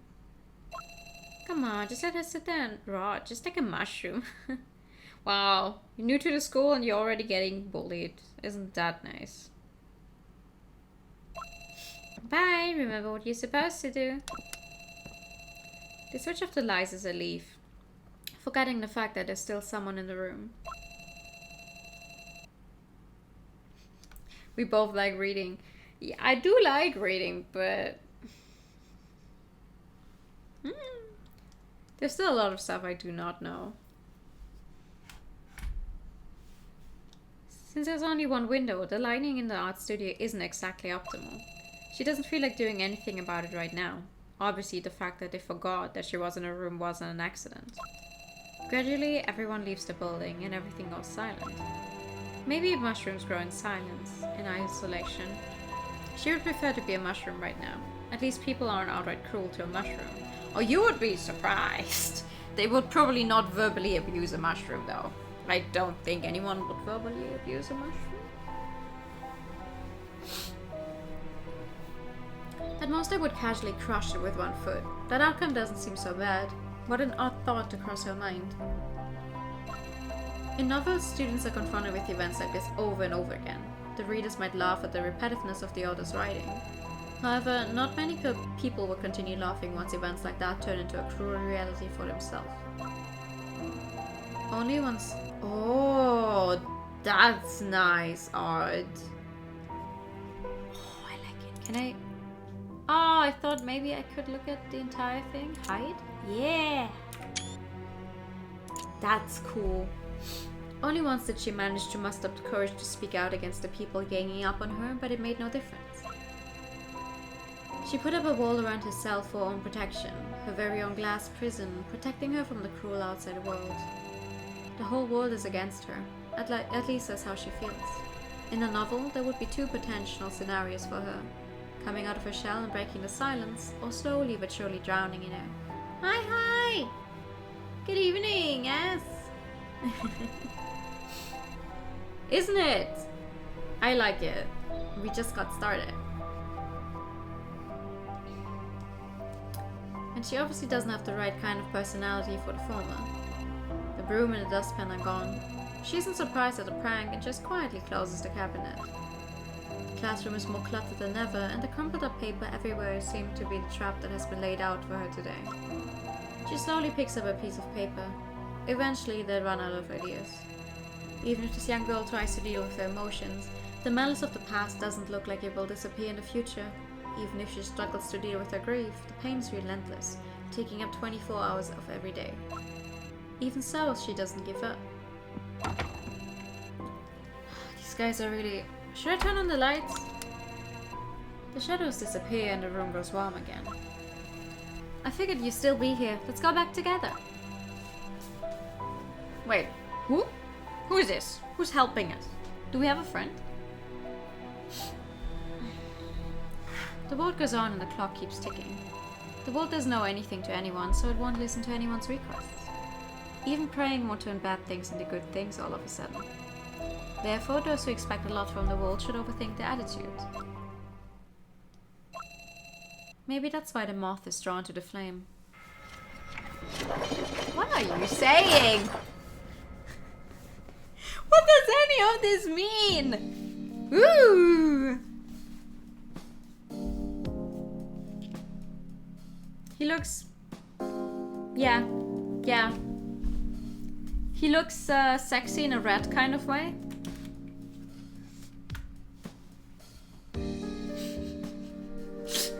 Which sadly is something I have started to really like. I've, realized in the past few years where it's like I'm slowly... I still like my pretty boys, but these type of characters, they have their own energy that I really like.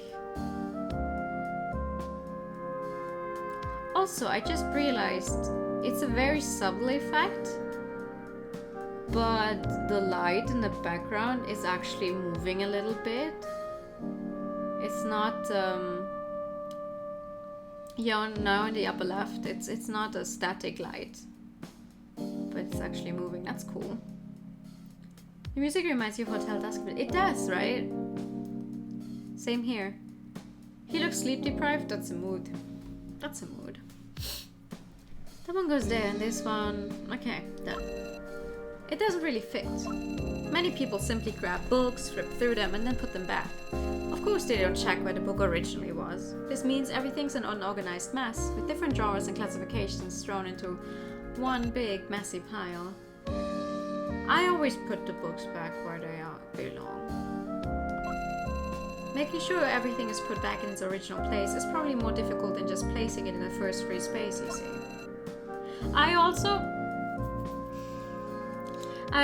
put back clothes. When I try on clothes when going shopping, I also put them back where they originally were, if I have the time. And not just, hang them on the hangers outside of the changing rooms. I usually just straight up go and put them back where they originally belonged, but...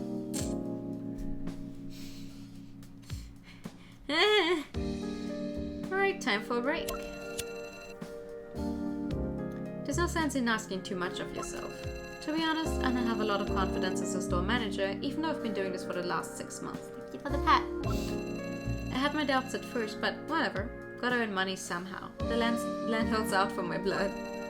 Hermitage isn't just an ordinary shop. If customers are only looking for something to satisfy their desire to read, most of them won't find what they're looking for here. The literature here, from the folklore of Japanese scholars in China to propaganda transcripts of new religious groups in Southeast Asia, has piled up into such a vast ocean of books that even the owner has lost his overview. There's a lot of really obscure reading material here, and the only reasons why people stay here must either be the familiar smell of old books, or that they're looking for some very specific research material. There's always an interesting conversation to be had. But it doesn't seem like there are any new customers around today. After all, the storefront doesn't look that welcoming to strangers. The few regulars who come are either very quiet or have chatted way too much over the past few weeks, to the point that they don't have anything interesting left to say. You gotta head back? Okay! Hope you have a good night. And also catch you before you leave. Okay. 1 second.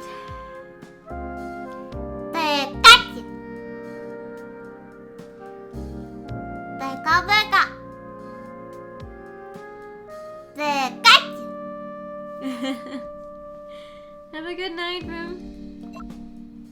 Oh, skinny customer. The girl's hand rests on the edge of the bookshelf, and she's silently moving her lips while browsing through the books. Over the last few months, she has become a regular visitor. I like her. Quietness isn't a bad thing in itself, and she has always been polite and not at all annoying. What's more, she once bought Voyages of the Western Pacific in her shop, which instantly earned her some bonus points. I should try talking to her more often. I'm sure there's some good conversation to be had. I just need to finish my chores. Ooh! Now isn't the time for a smoke. Okay, if I'm having trouble with something, smoking a cigarette opens up my mind. If I'm looking for information, I can always check out the bookcase. There aren't any noteworthy books right now. If there's nothing else to do, I sometimes go ahead and organize the shelves. There are still customers in the store, so I should do my job as the store manager first. The customer seems to have something to say. Okay, and autosaves. Wow. Okay, so I talk to her. Hi. Only now do I notice how young she must be. Her uniform, consisting of a sailor suit and a long skirt, is quite well known in the city. If I remember correctly, this uniform is worn at a well-known private school. It's called Phoenix High School. I heard that they only accept female students and that it's one of the highest rated schools. Quite a feat. Its name sounds appropriately strong. She wears big glasses that cover a huge part of her face and is clutching a book under one arm. She holds it very carefully. It almost looks like she's carrying a small animal that she's trying not to hurt. That's the one you want to buy today? Sorry, I'm just making sure. This time it's the trail of the missing fish. Her reading interests are a little weird. She's been coming here more often lately and has slowly become a regular. This store isn't really that well known, so she must have heard about it somewhere. I've looked through the trail of the missing fish before. The book is by no means interesting to read. It's more like an academic documentary, something about ancient rituals and making sacrifices to a sea god. I have my doubts about its authenticity. The village itself has been abandoned for a long time, and its remains were almost entirely destroyed. The author cites a large number of folklore accounts to corroborate the details, but it's all mere speculation. An entire book full of ancient texts. While the content sure is interesting, the quality of the writing itself is lackluster. Why would a student be interested in the remains of a settlement whose name has long been forgotten? Sure, the shop sometimes gets a volume containing a rare piece of history that's significant, but this mysterious village, according to the author's nebulous sources, was a place where strange rituals were a common thing. It's actually quite scary to read. And that's not even the most troublesome thing. It's not that simple, I'm afraid. Huh? I can sense her confusion. May I ask why you want this book? Why? I'm just curious. I can't deny it. These things are very interesting to me too. There's more to this world than we know. The girl seems somewhat confused. Her blank eyes wander around the room. Can I please have it? I really need it. It's just, there's certain rules and guidelines I must follow. I'm sure you understand. The way the girl responds is somewhat unusual. Even though it's a strange book, she shouldn't be this embarrassed. Maybe she's really introverted? I don't know if the reason could be such a simple one. But yeah. Sure, it's okay, or maybe... Everything alright? I don't need this book anymore. I'm sorry, I'll help you put it back. The girl takes the book from my hands and turns towards the bookcase. It's all very abrupt, and the way she moves is extremely clumsy. It's easy to see how nervous she is and how she didn't think things through. Whoop! And she's on the ground! Man down! Oh. Bookcase number 3. That's Freud, if I'm not mistaken. It's silent all of a sudden.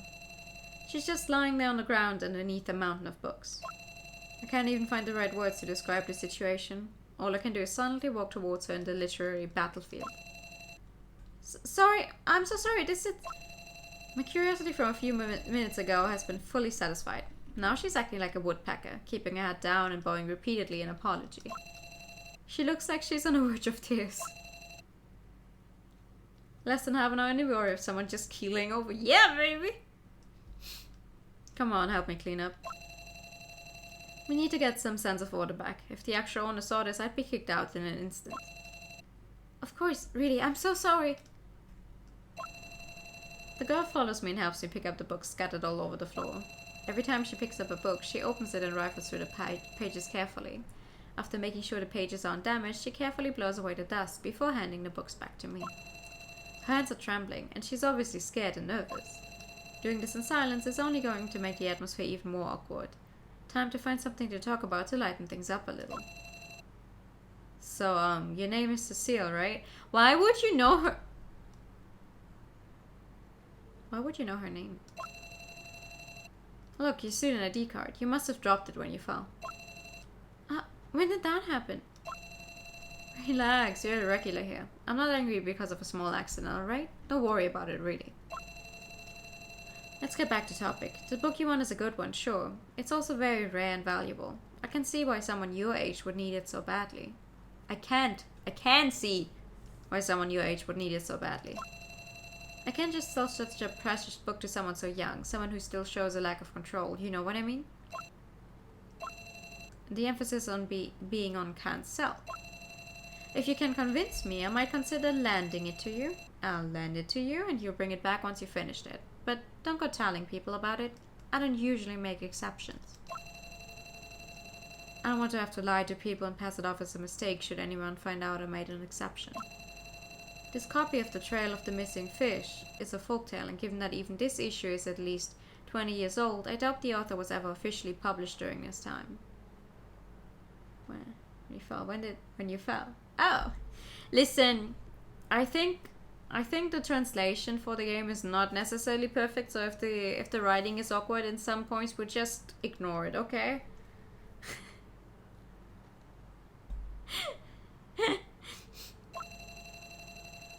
As mentioned before, the book's contents and writing style are rather obscure, and it takes a lot of time to fully grasp its meaning. You might be disappointed if you expect to find an exact piece of information that you're looking for, but online search engines have come a long way. Our ability to search for information and find it quickly has long exceeded everything we used to think was possible. There was my stroke 2 minutes. Okay, that's valid. Cecile could be looking for something very specific. Something so peculiar that it may only be found in this particular book. Such a young girl suddenly developing an interest in ancient religious practices for no apparent reason? What a strange world we live in. Cecile hesitates for a moment, maybe because she still feels guilty. Sir, would you believe me if I told you something? That really depends on what you're going to say. Just know that you don't have to tell me anything you don't want to, but if there's anything you need to get off your chest, I'm happy to listen.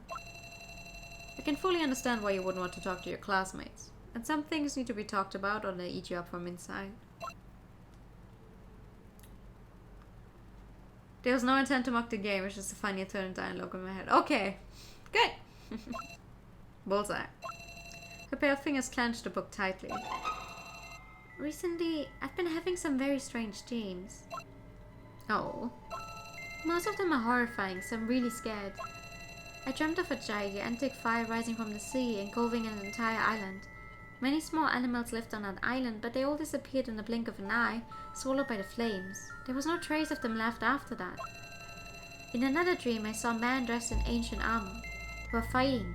They held swords and spears and stood together in huge groups. A large squadron of cavalry rushed towards them from the hillside. There was blood everywhere. The men who were on horseback were shouting and screaming. I couldn't understand the strange dialect, but they were speaking Chinese. I also dreamt of a huge plaza surrounded by buildings. Foreigners wearing hexagonal star badges stood together in a dozen lines and were escorted to trucks by soldiers.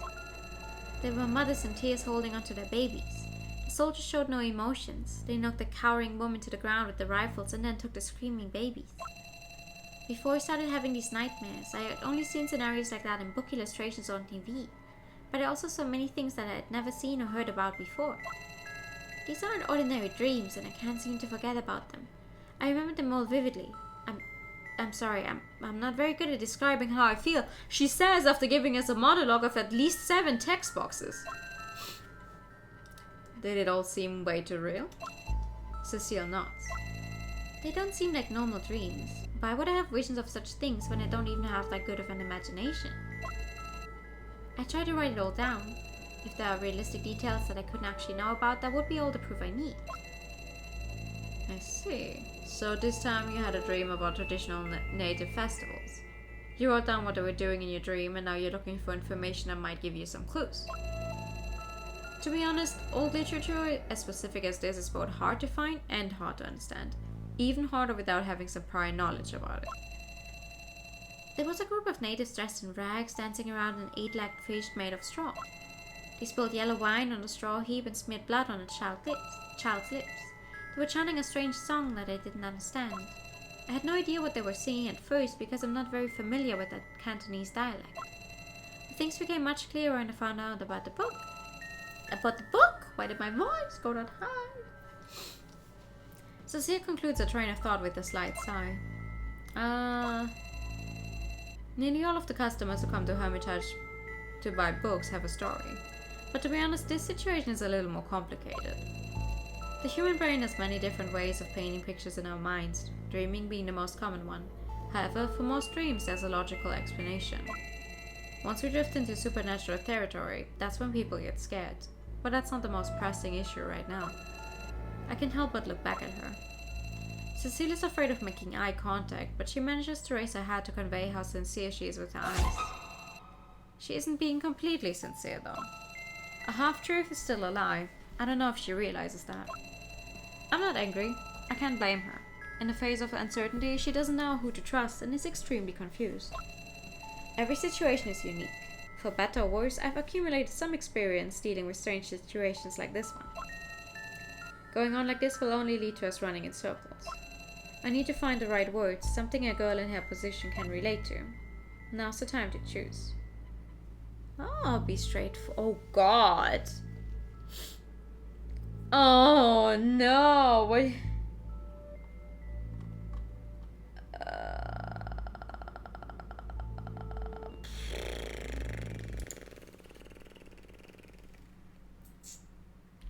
I wonder if there's like wrong options. I didn't think there were any choices we could make in this game. Oopsie. That's fun.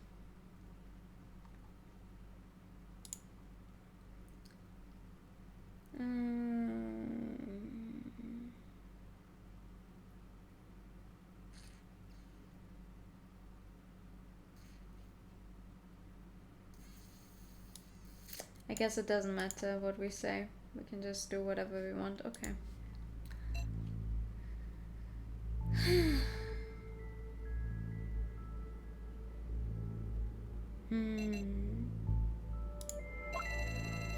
I put out a cigarette butt, take a deep breath, and firmly look into Cecile's eyes. I think you haven't told me everything you know. The girl's eyes widen as I call her out. Looking for information because you had some strange dreams? A nice idea, but only someone who went through the trouble of making up a story would explain it like that. But I didn't. Humans rely on subjective motivation. If a thing has no value, no one will grant it much attention, let alone devote so much effort into studying it. I can tell you're a smart girl, but believe me, interest is a bad excuse. You can stick with that approach, but it's not going to work. I approached Cecile and looked into her eyes. There's a lot of history hidden away here. Fate brought you to Hermitage. It's a special place. I hope you understand that. Cecile seems to be holding her breath. The girl holds tightly onto the book, her fingers caressing the corners. It's a sign of how many thoughts are going through her head right now. Time feels as if it's moving slower. I don't know how long we were standing there, but after a while Cecile's eyes finally drift away from mine. Sir, you really aren't an ordinary person. Thanks. I won't shy away from a compliment if I get one, that's for sure. Cecile ignores my playful remark. She carefully puts the book back on the shelf, then turns to me with a serious expression on her face. It wasn't my original plan, but sooner or later I probably would have come here to ask you for advice anyway. I'm sorry for causing you so much trouble. I'm really embarrassed. Seems like you really don't know anything. All I can do is scratch my head. Playing dumb doesn't seem to be working very well. I want to believe that there are still people willing to help others out there, so it's nice to see they still exist. You're an interesting person, surrounded by so much knowledge from all kinds of different sources. Most people would never believe me if I told them what I told you. I can take a rough guess at your situation. You can tell me your story. I'd like to hear the truth. The corners of Cecile's mouth turn upwards into a slightly bitter smile. It's a harsh truth, though. I really didn't lie. Those images are still in my head. But just like you said, there are other reasons why I'm paying such close attention to them. Cecile's tone of voice changes as she looks at me, but her eyes aren't focusing on me. I saw my best friend in my dreams. She's like a sister to me. Huh? She was lying on the ground, twitching, her face as pale as snow. The ground beneath her head was covered in red. Blood was still pouring out of her. I couldn't see her eyes. Her right hand was completely mauled. She was trying to move. There was blood, so much blood, and I... The girl is getting more and more immersed in her vivid memories. She stares at me with blank eyes. I can see a figure reflected in her eyes, but it's not me. Cecile covers her face with one hand. She looks panicked. She uses the other hand to point at the ground as if something were lying there. She kept trying to lift her head, but her neck was twisted too badly. She didn't react at all. I held her hand. Cecile enters a kind of trance as she becomes fully immersed in a memory. Her facial expression changes to one of utmost dread, and her mouth starts moving strangely on its own. Words spill out of her mouth. She can't control it. She's staring. Stared. The eyes... Wait, eyes? Didn't she say she couldn't see them at first? Blood. Her neck. Those eyes. The eyes. Eyes. Looking at me. They're looking at me. Staring at me. Looking at me. Gazing at me. Those eyes. Okay, you're repeating yourself. I clap my hands loudly in front of her face. Huh.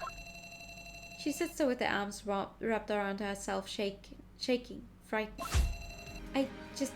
What should I do? Listen, I'm very confused though. It's like, okay, she comes in here with a funny story and we're just letting her talk about it because we think there's some deeper meaning to it, but also is that just how we get introduced to the world? We just get thrown right in? Or it's raining! Woo! I gently put my hand on her shoulder. Calm down. Calm down.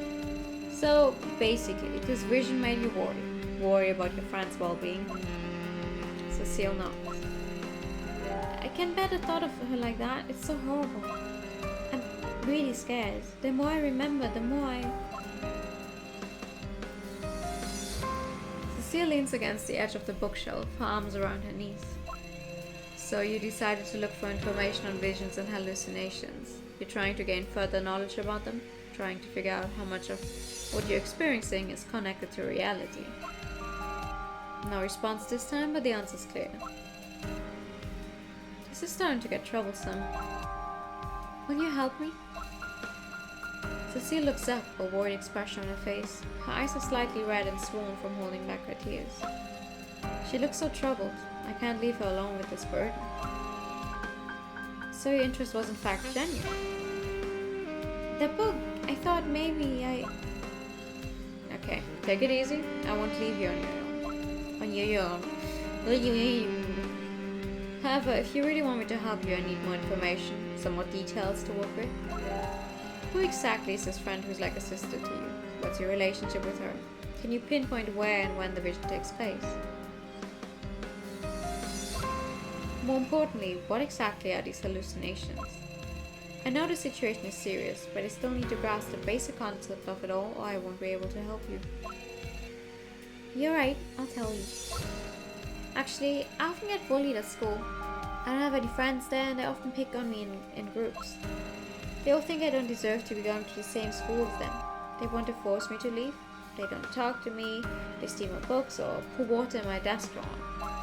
They always try to make me angry or trip me whenever I walk by. The only person who ever stood up for me and told them to stop was her. Her name is Eloise. This is originally a Chinese game. I really doubt her name is Eloise. She's the president of the school's art club. Without her, I probably would have given up already. When did you two meet?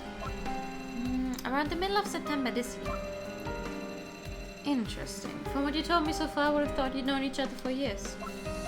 I wish that were the case, but I only transferred to Phoenix High School this semester. I had high hopes that the people there would be nicer, that there'd be a sense of community, but it's even worse than it was before. She sighs and looks as if she's holding back a frustrated laugh. It sounds tough. Is this art club somehow related to what you've been dreaming of? The floor in my vision is very much like the one in the club building, and Eloise often gets into arguments with others because of me. Are there many conflicts within the art club?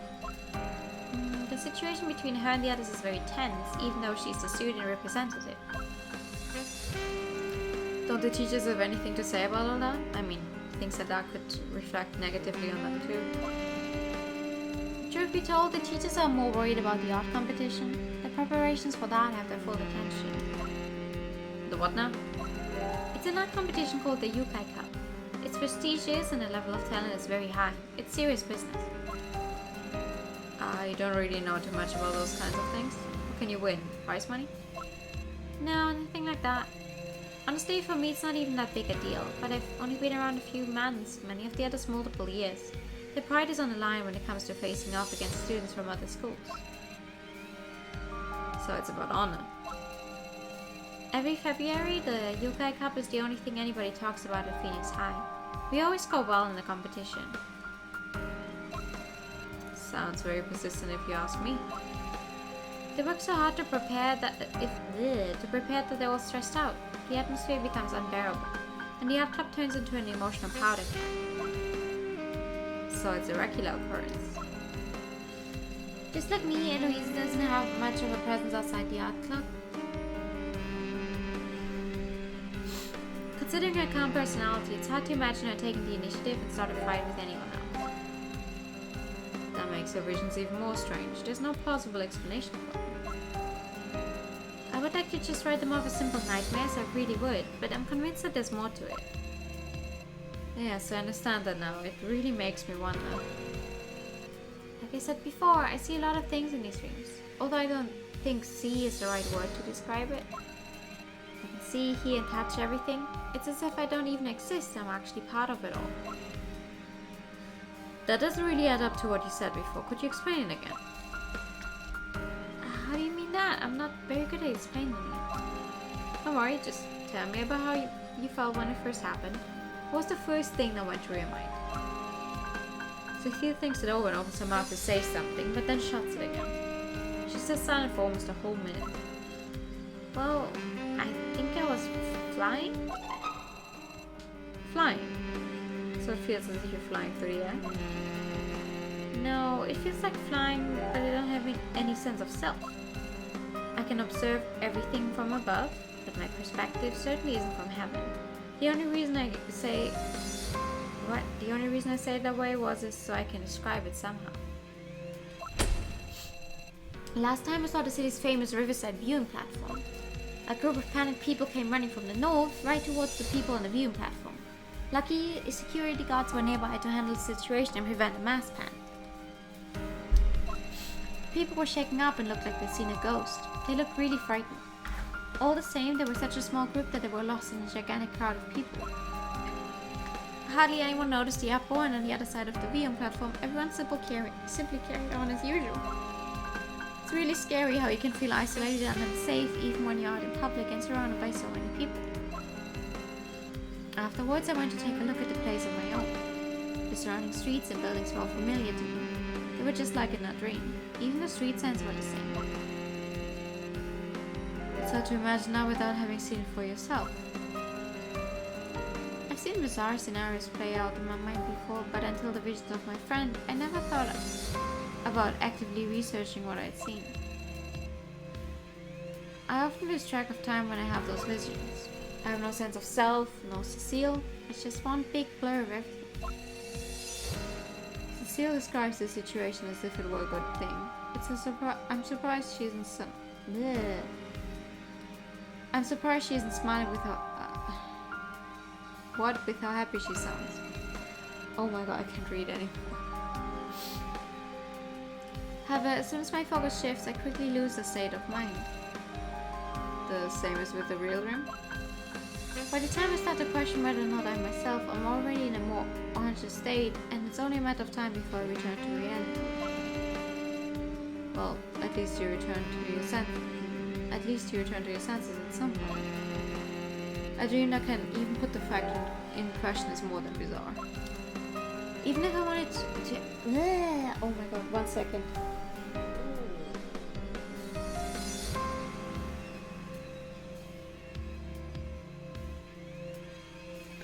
You know when you get suddenly get hit with like a wave of tiredness and nausea? Wow. I'm not reading text correctly because I cannot keep my eyes open. What the shit?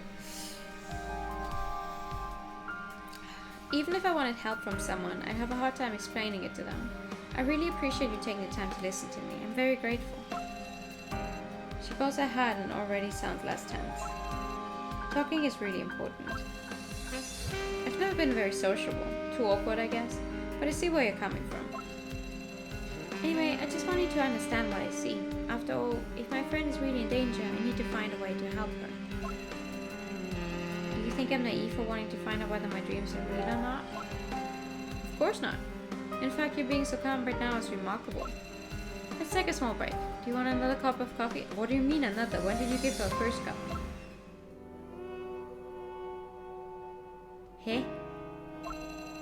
Cecile leaves Hermitage before the sun goes down. The hand she was holding the hot coffee with was ice cold, which I find difficult to comprehend. After Cecile's departure, the bookstore falls back into its usual silence. Only the books that are askew on the shelf show any indication that something happened here. Though, to be honest, it's probably more organized than before. Still, there's a lot of work to be done. I should analyze the information I have so far. It completely depends on how much Cecile is willing to tell me. We agreed to discuss it further tomorrow, but if she chooses to give up, there's nothing more I can do. Instead of worrying about that right now, I should focus my mind on the matter at hand. Stay calm and collected and take plenty of notes. That's what experience has taught me over the years. Even strange events that cannot be explained through common sense often follow some kind of logic. As long as there's sufficient information, I can draw conclusions. As more conclusions are drawn, an analysis of the events can be constructed. It's something I'd like to call the principle of reasoning. The things I see look so real, I can nearly touch out and reach them. Normally my imagination isn't as vivid. That's why I started memorizing the things I saw. How else would I ever be able to prove that they're real events?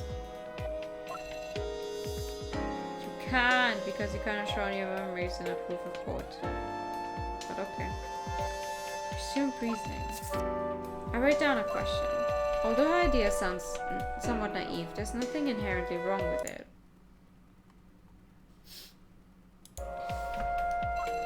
The problem is how to prove it. Even if Cecile finds matches between the dream and reality, there's no actual solid proof. People often get a sense of déjà vu, and this experience, known as the sense of being present, has its own plausible explanation in science. In times of emotional instability, the frequency of déjà vu experiences is decreased. That might not be all, and it's too simply an explanation, but when under stress, it's easy for the brain to mess up one of its delicate processes. The viewing platform Cecile mentioned is a pretty well-known sightseeing spot, so even if the architecture there gives her a sense of familiarity because of her vision, there's still no real verification.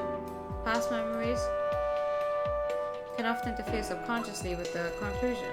She might have seen the place somewhere before. To To answer this question, I can't rely solely on Cecile's one-sided information. The assumption that she didn't have any relevant knowledge beforehand can only be confirmed by a third party. I should take notes on what else she saw. The ancient battlefields, gathering at the squares, these scenes are bizarre enough, and there seems to be no explanation for them. The big fire she mentioned worries me as well. Considering the difficulty of the investigation, I only have a limited number of options left. Those things happening at Phoenix High School, the riots. Riots at the Riverside viewing. That's all the information I can confirm so far. It's puzzling either way, but at least I can try. There are more down-to-earth approaches to understanding what's happening in the city. If possible, I want to avoid involving any innocent bystanders. When I was conducting research on folklore in the remote countryside, I heard a lot about supernatural dreams. But there's a world of difference between an innocent high school student and witches. It's obvious that Cecile has already convinced herself of an answer to all this, but trying to actually prove it is something much more difficult altogether. The sky outside has already turned completely dark and I didn't even notice. The lighting inside Hermitage isn't optimal, but it's better than nothing. I turned off the dim lights on the ground, floor, which hold more symbolic than actual value, lock the shop door and make my way to the apartment. Wait, do you make your way up to the apartment, but I'm back at my main screen? What? I cannot interact with the bookshelf. I can interact with my thoughts? Ooh. There's no one around and finally have some time to think. What a weird dream. She would have had no reason to lie to me if she was just borrowing a book. Normal people probably don't believe in dreaming about the past, much less that it could actually be proven. As I just explained to Cecile, it wouldn't make sense to lie like she did, so what she said has to be true. However, it's no surprise that she's worried about a dream in which her schoolmate is in trouble. The situation is pretty unclear. I should find out more about what she's heard and seen.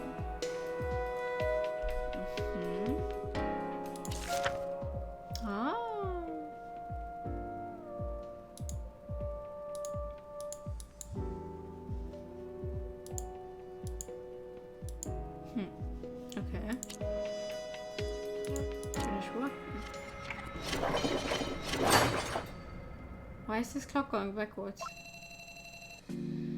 Hermitage's interior architecture isn't exactly convenient. To get from the storefront to the living room, you need to circle around the outside of the building and walk up for the first floor. If you continue further up, you reach a warehouse on the second floor of the house, but that doesn't concern me. My daily walks between these 2 points are strenuous. It's my substitute for daily exercise. Oh, come on, it's like, what? 2 stairs or something? 1 stair? The apartment is far from me, but I'm not the kind of person who can live in a place where every quilt is folded into a perfect square. I chuck my shoes off at the entrance and let myself fall headfirst onto the comfortable soft sofa. I've been really lazy the last couple of months, loving the comfy secluded lifestyle. Nothing's going to change if I myself don't. I really need to get back into my groove and find some form of daily routine.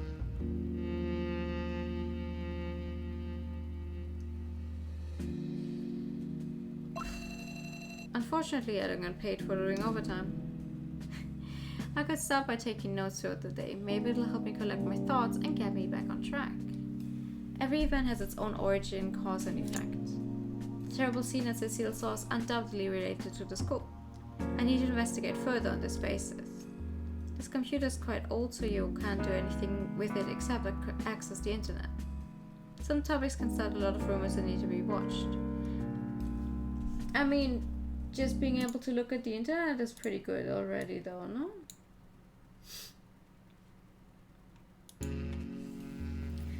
The TV on the second floor is an old model with a curved screen. A lot of information is hidden in the local news that most people may overlook.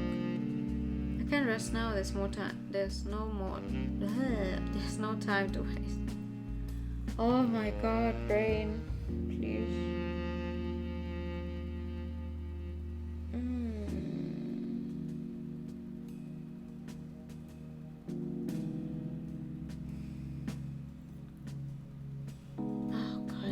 take it back. You know, earlier when I only said I was hungry and not tired. Holy shit, I am tired. Okay. Let's see if there's anything new. I have to stay in this building right by the bookstore for various reasons. There are good and bad sides to it. One good thing is that I'm always surrounded by information readily accessible in the form of books. And yes, I know it's the 21st century where you probably even have good reception on top of Mount Everest. As I turn on the computer, the familiar yellow light of the forum's interface appears in front of me. The users here voice their opinions very openly in order to reflect a wide-ranging knowledge or simply to have some fun. It's giving the administrator one hell of a headache, but I like to sit back and enjoy it. Thank you so much for the pat and the higher time. Thank you. Thank you.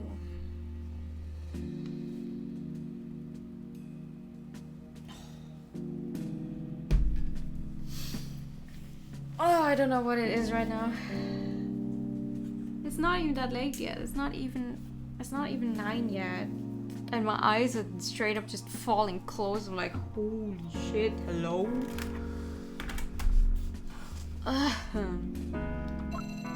Having said that, the forum has its own problems. There's a maintenance every 5 minutes, the layout is a mess, the moderates scroll all the time. It's hard to count all the issues. Being so polarized in terms of user experience and content value is a spectacle in every sense. There's always something new and unexpected going on, and the community stays very active. Let's see what I can dig up here today. This is a forum about urban legends. Content will be updated automatically. After browsing the posts, I can return to the list of posts here. If I feel like I've gathered all necessary information, I can close the page here. Since I'm gathering intelligence, I should read all of today's posts. So, seems like this is a MacBook actually then, with the way the closing the tabs and everything looks. Alright, let's start on the top then. The rumors board is now open. Obey the rules or die. I cannot click on that one, never mind then. I can click on that one, no? I cannot click on any of the big topics. Hi, good evening, Sagi. How you doing? There's a huge spider in the house. It's so gross. I actually have 2 spiders in the apartment right now. And it's like, as long as you guys keep away from me, I will let you live. But also, your thin eyes. He has really thin legs. It's so gross with little spots all over. I often see it crawling around the kitchen and living room. Please tell me how to exterminate this creature. It's urgent and I can't find anything about it online. It wouldn't be there if there weren't any other insects for it to eat in your house. Sounds like a white mustache jumping spider. It eats cockroaches. It won't bite even if you catch it. It has creepy eyes. It's a white mustache jumping spider, which means you probably have other spiders or insects in your house. Just let it be. It's cute. Is it faster than a cockroach? I haven't seen one of those spiders in the last few years, so the cockroaches at our place went on a rampage. I think spiders are way scarier than cockroaches. What? Spiders are so cute. I would say it's the second most popular pet in China after the cat. A spider? What? Okay. Genesis has created 3-eyed mosquitoes to help prevent end diseases. Yes. Good translation. Science Daily, October 16th, reporter Lucia. According to the official website of the University of California, Riverside, scientists used so-called gene scissors to create Aedes aegypti mosquitoes with altered characteristics. These yellow mosquitoes have 3 eyes and malformed wings. Scientists hope that these mosquitoes, by means of gene editing tools, will help prevent and control mosquito-borne diseases. The study was published in the latest issue of Findings from the National Academy of Science. Researchers say this is the first step in altering mosquito characteristics through gene engineering, and the long-term goal is to control mosquito populations and reduce the spread of disease. This approach is not only environmentally friendly, but also cost-effective. Mathematical results suggest that this technique will increase the genetic probability of the target gene by 100%. Too much text! Anyone have a summary? Why not kill the insects while you're at it? Do you remember how the cockroach came to be? So how exactly does this gene spread one by one? Crippled wings are one thing with 3 eyes? I don't think so. Sounds really random. 3 eyes? Oh, I'm not allowed to write anything. That's so sad. Okay.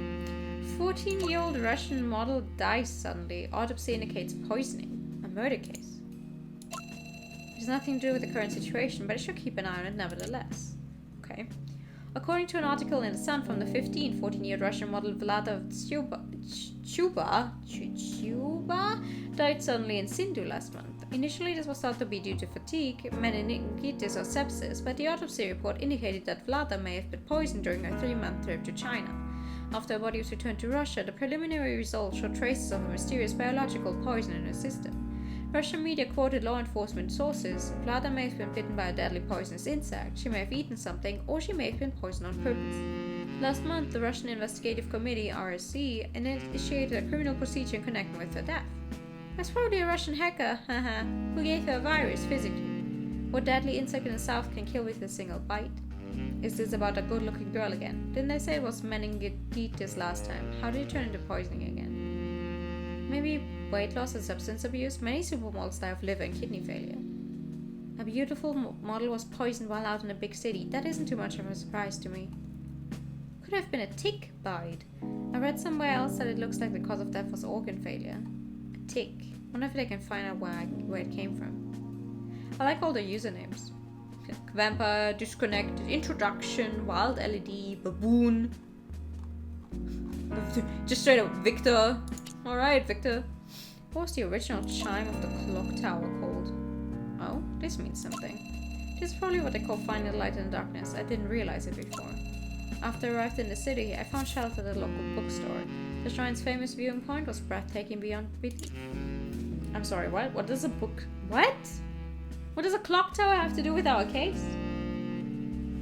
I'm definitely... You know what? I'm definitely a little lost so far with the game, but we'll see. You probably all know that old building on the beach. 2 days ago I talked to the old man who lives there. He told me that when he was young, the chime of the clock tower had a different melody than it does now. Sadly, he can't remember what it was called. He's eager to find out the name of the old melody, and I thought I'd ask you for help. I'm afraid it might prove difficult to find it. Maybe there were the same clock chimes as in Westminster Abbey? It must have been a long time ago that he heard those chimes. Maybe about 50 years ago?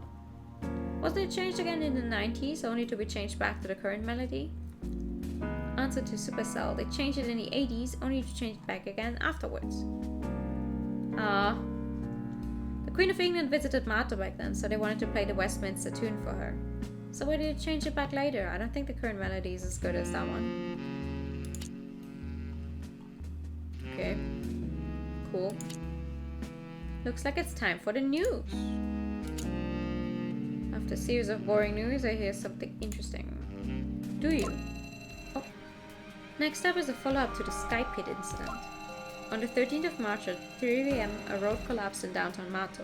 No one was injured, however the road repairs are proving difficult due to extensive damage. At present, the road's action remains restricted to vehicles. All drivers, please plan your route accordingly. In addition, there are rumors that pedestrians witnessed an explosion at the scene. People are reminded to please remain calm and vigilant, and a warning has been issued to criminals not to take advantage of the situation. Because the criminals will certainly listen when you tell them to please not take advantage of a situation. What? As of right now, evidence is still being collected and analyzed. The departments in charge hope to soon have more information for the public as to what exactly caused the collapse. It's rare for roads to collapse in big cities. I know the road section from the report is near a very popular riverside viewing platform. Roads in such a highly frequented area are usually kept in much better condition than that. In other words, even small cracks in the ground would usually be an immediate cause for concern, not to mention a big hole that leads to a collapse like that. According to the photographs in the news reports, the Sky Pit is nearly 10 meters in diameter and the hole is unusually deep. It doesn't look like it was caused by a normal explosion. It seems to me like they're just stalling. What could have caused the destruction and not even show up on the surveillance footage of the surrounding area? Something about this seems off. I assume it all happened so suddenly that they didn't have enough time to come up with a better cause. In other words, perhaps the problem isn't finding evidence, but the actual cause of the incident simply can't be made public. A group of panicked people came running from the north right towards the people on the viewing platform. Luckily, security guards were nearby to quickly assess and handle the situation, preventing a mass panic. These people were all shaken up and looked like they'd seen a ghost, but they were such a small group that they were lost in the crowd. Not many people noticed the uproar, and everyone carried on as usual on the other side of the viewing platform. It's really scary how you can feel isolated and unsafe even when you're out in public surrounded by so many people. Looks like there's some clues. Let's see. Time to call an old friend. What? Oh my god! Oh, that's fun. Okay. Cool. Okay, are you there? I need to ask you a favor. I don't have time. Dun dun dun dun. The planning department as well as the police department have been insanely hectic lately. People are busy. I don't have time to concentrate on anything else. Never mind. If you've been to any of those places lately, you should have what I'm looking for. Hold on, wait a minute. Is it about that accident? Well, I've got a bad feeling about this. Even if you're interested in it, things are only going to get more complicated from here on out. What? What? How do we go from, oh, things are going to get more complicated to, how about tomorrow? Huh? Okay. Yeah, see you tomorrow morning. Anyway, if it really has something to do with you, I'll stop by sooner rather than later. Okay. Done. All I can do now is wait. She can be trusted, but it's likely that she'll be grumpy and won't stop complaining. Alright, at least I made some progress. Time to turn off the TV. What? I'm a little lost on what we're doing, not gonna lie. Okay. Recently contacted persons and events are locked here. Scroll up middle mouse wheel to zoom in the view. When zoomed in, use mouse drag to pan the view.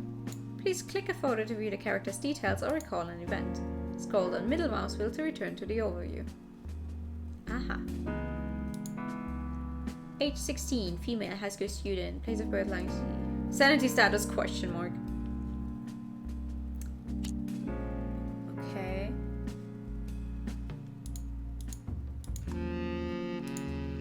Oh, 17. She comes from a good family. She has a close relationship with new member and transfer student Cecile. Oh, me! I wanna see. Who's me? 31, male, master's degree, bookstore manager, Chengdu, sanity status 0. Is that good or bad? Sanity status 0, is that good or bad? Current owner of the weird old bookstore. You hardly ever see him leave his apartment. He leads a casual life, resulting in the irregular opening hours of the store. Is that that's a My Chemical Romance poster up here on the right? You cannot see my cursor, but top right, halfway hidden behind the chat. How the fuck? Okay. What happens if I watch TV again? Nothing. We also have a PlayStation and a jukebox apparently. What about my thoughts? The smoke slowly nourishes the brain cells. Cecile poses a difficult problem. Despite her young age, I can agree with the method of trying to prove her assumptions. The question is, where exactly am I going to find any evidence? I'm not sure if the book itself will come in handy. Dwelling on it won't change anything. Maybe I should try and gather more information. After all, it's more important to find out the source of the vision than to think about what's happening in it. Aha, and what's this thing? Oh, that's my phone! Okay. That's my phone, the thing on the lower left. Okay, well, end the day then. Wow! Funky. Right, that's what I thought. Otherwise you wouldn't have come back here specifically. Please forget my earlier question. Since the greatest in the world exists in everything, being able to experience this is absolute bliss. Yesterday and today across the land and stars, nature embraces ever more greatness. What a state of harmony and beauty. It sounds very positive if you ignore this location. She can't see the other's eyes, but the shadows beneath them are deep. We do what we were brought up to do and the world is foolish and cautious. She can't see the other's eyes, so she doesn't know what they're thinking. Even so, somehow she feels that there isn't much of a difference between them. Please join me in reciting these words. I don't blame you for seeing red, but there's never any harm in showing respect. It's a big day and the weather is bad. Be especially respectful. Yes, be sure to do that. What? The girl takes a deep breath and reads the illogical syllable on her hand out loud. There are worse things to worry about than this. What's happening? Genuinely, what the fuck is happening? Finally, this side is done. I suddenly felt the need to clean up around here. Not because it was that messy, but because I needed something to calm my mind a little. She said she'd be here soon, but her work schedule is always pretty busy. Unfortunately for me, she's always in high demand. Ooh! She looks cool though. Still busy doing useless chores? Speak of the devil. I hear a familiar voice from behind me and feel her placing a hand on my shoulder. This place isn't really yours, so you don't have to be so thorough. And like for some people, it isn't really my style to do things half-heartedly. I look up from the pile of books and get up from amidst a cloud of dust. The air in this place is horrible. You know how unhealthy that is, right? That's why it's even more important that I clean up. It's just going to get worse otherwise. I'm dooming myself by admitting this out loud. It's one of the biggest drawbacks of leading a sloppy life. The visitor just stands there silent. Then she starts walking around. Meet Scarlett, chief legal consultant at Golden Maxime Law Firm. Her monthly income is higher than most people's annual salary. In private, she's a tough nut to crack. She is. I'm still not allowed to look at the bookshelf, but I can talk to her. I guess. Hello. Looks like nothing's really changed around here. Scarlett takes a look around the room and seems at a loss for words. As always, she's projecting a strong, stoic aura, looking very competent and professional in her suit. That aside, it's obvious that she's still the same old Scarlett, a telltale sign being the simple fact that she hasn't taken off her sunglasses since she walked in.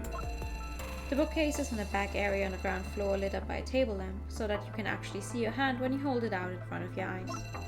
I just hope she never forgets who her old friends are. What does the table lamp have to do with her? What? Even though you haven't dropped by in 2 months, you should see that there's no real room for any big changes. It's too packed in here. Alright, enough of this. What can I do for you? She moves the ashtray aside and sits down. I can feel her looking at me from behind her sunglasses. Although her whole look is somewhat intimidating, Scarlett is quite famous among the lawyers in Martel. There's a reason for that. She's well informed and well connected. Last month, a mysterious collapse occurred on one of the roads. There are rumors of a huge explosion floating around, but there's no actual evidence. Unfortunately, it seems as if the surveillance tapes were damaged. At least that's the official story. A pretty blatant lie, if you ask me. They'd never admit it, but they need someone they can trust to manage and clean up the mess away from prying eyes. In the last 3 years, you've been working with several administrative departments. You know your way around the industry and have become somewhat of a household name, meaning you've got connections. I don't think it's wrong of me to assume that such a delicate matter will end up in your hands sooner or later. Have a nice dinner! Scarlett blushes. She knows that I'm right. I lower my voice. So, I need first-hand information and I can't think of anyone else except you. You really do know me quite well. Her voice sounds tired. I silently take the ashtray, put out my cigarette and wait for her reply. You're completely right. I do have the video. When we talked yesterday, I already guessed that you want it. She rummages through her bag and takes out a hard drive. I reach for it, but can't get my hands on it. No need to hurry. It's not that I don't trust you. You know I do. But you're going to have to give me a good reason as to why you want it. You know there's a cover. Something they're trying to hide. I need to find out what it is. I need to find out the truth. That's all. I'm being honest with you. So, there's trouble brewing again? I'm like a magnet for all things strange. There's nothing I can do about that. It's all a little much. First, you're responsible for the fate of the world. Then you suddenly disappear. Outright vanish. Give it a couple more years and you'll be friends with the Loch Ness monster, hidden away in isolation somewhere. I decide to ignore her quirky remark for now. Remark. I can't talk anymore. Anyway, that's just one thing. You talking about the little girl? I think the fact that she came to a bookstore instead of seeing a doctor shows that it's just a child's fantasy gone all right. Come on, would you really describe her condition as normal? And don't tell me that hearing about her experiences left you cold. The way you're willing to look for evidence so stubbornly shows me that you've already chosen to believe her, am I right? Ever since I saw those things last year, calling myself a normal run-of-the-mill folklore researcher feels like somewhat of an understatement. There's plenty of strange things out there. Aha! So we're implying that he has seen supernatural stuff before. That's why he's not surprised when people come in and bring supernatural tales to him. Okay, thank you, game. That's made at least one thing a little clearer, I guess. It's a mysterious world we live in. I'd rather go out and make a fool of myself than ignore something and make a big mistake.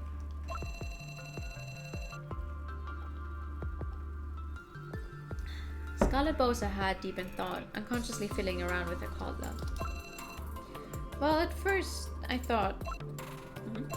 Oh, no, it's nothing. I thought of something, but it's got nothing to do with the girl. She looks up and puts the hard drive in her back again. What's this about? You're not just going to change your mind, are you? Come on, who do you take me for? Let's go upstairs. Though, you're welcome to try and use your superpowers to see what's on this drive without a computer. Scarlet takes the key out of my hand and opens the door to the second floor. The fact that she knows her way around is no surprise. After all, she's one of the people who helped me move. Though, help is a relative term in this case. Is it just me, or does this place seem a lot emptier than the last time I was here? Well, it's hard to explain to someone who's baffled by the notion of cleaning up. The computer doesn't have a password. Scarlet sits down at the desk and starts up the computer. At least the software is up to date, so there shouldn't be any problem with the drive. What exactly do you want to take a look at? Well, obviously the moment before and after the collapse. No, I mean that isn't where. There's more than one camera. I raised my eyebrows. Oh, then I guess the people working the surveillance equipment all took a break at the same time when it happened. Start where the two northern roads intersect along the Riverside Highway to the south, all the way to the monitoring points on the edge of the viewing platform. More than a dozen surveillance camera feeds pop up on a screen one by one. Okay, now just help me line the videos in real time leading up to the moment of the collapse. Easier said than done. You think this all just one simple click like in the movies? Scarlet grumpily sits in front of the keyboard and drags the videos into the correct order one by one, all sorted by timecode. The old computer, which could easily be considered a relic by now, is starting to run really hard with the fans working in overdrive. This is my computer every time I try to stream as well, and it's not even that old. So, judging from this, the room is about it having been an explosion, not true? You find out soon enough. Scarlet presses play and a part of the screen suddenly turns white. Turns out things aren't quite so simple and can't be explained by the rumors floating around. What appears on the screen looks more like a lightning bolt crashing down than a fireball. I start looking for additional information in the other videos. The people look so scared. Even if you're the most courageous person on earth, it's normal to make a run for it in a situation like that. Nobody even thinks about turning back to look for the others. They're frantically running around like a bunch of panicked rabbits. Pay attention to those people there. They're heading south towards the big crowd. I can see several shadows almost being swallowed up by the debris. Two people trip and fall while running away, but the others make it.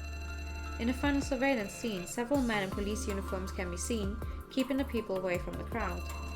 They're carrying something in their mouths. It looks like whistles. Stop! This is it. The time code comes to a standstill at least.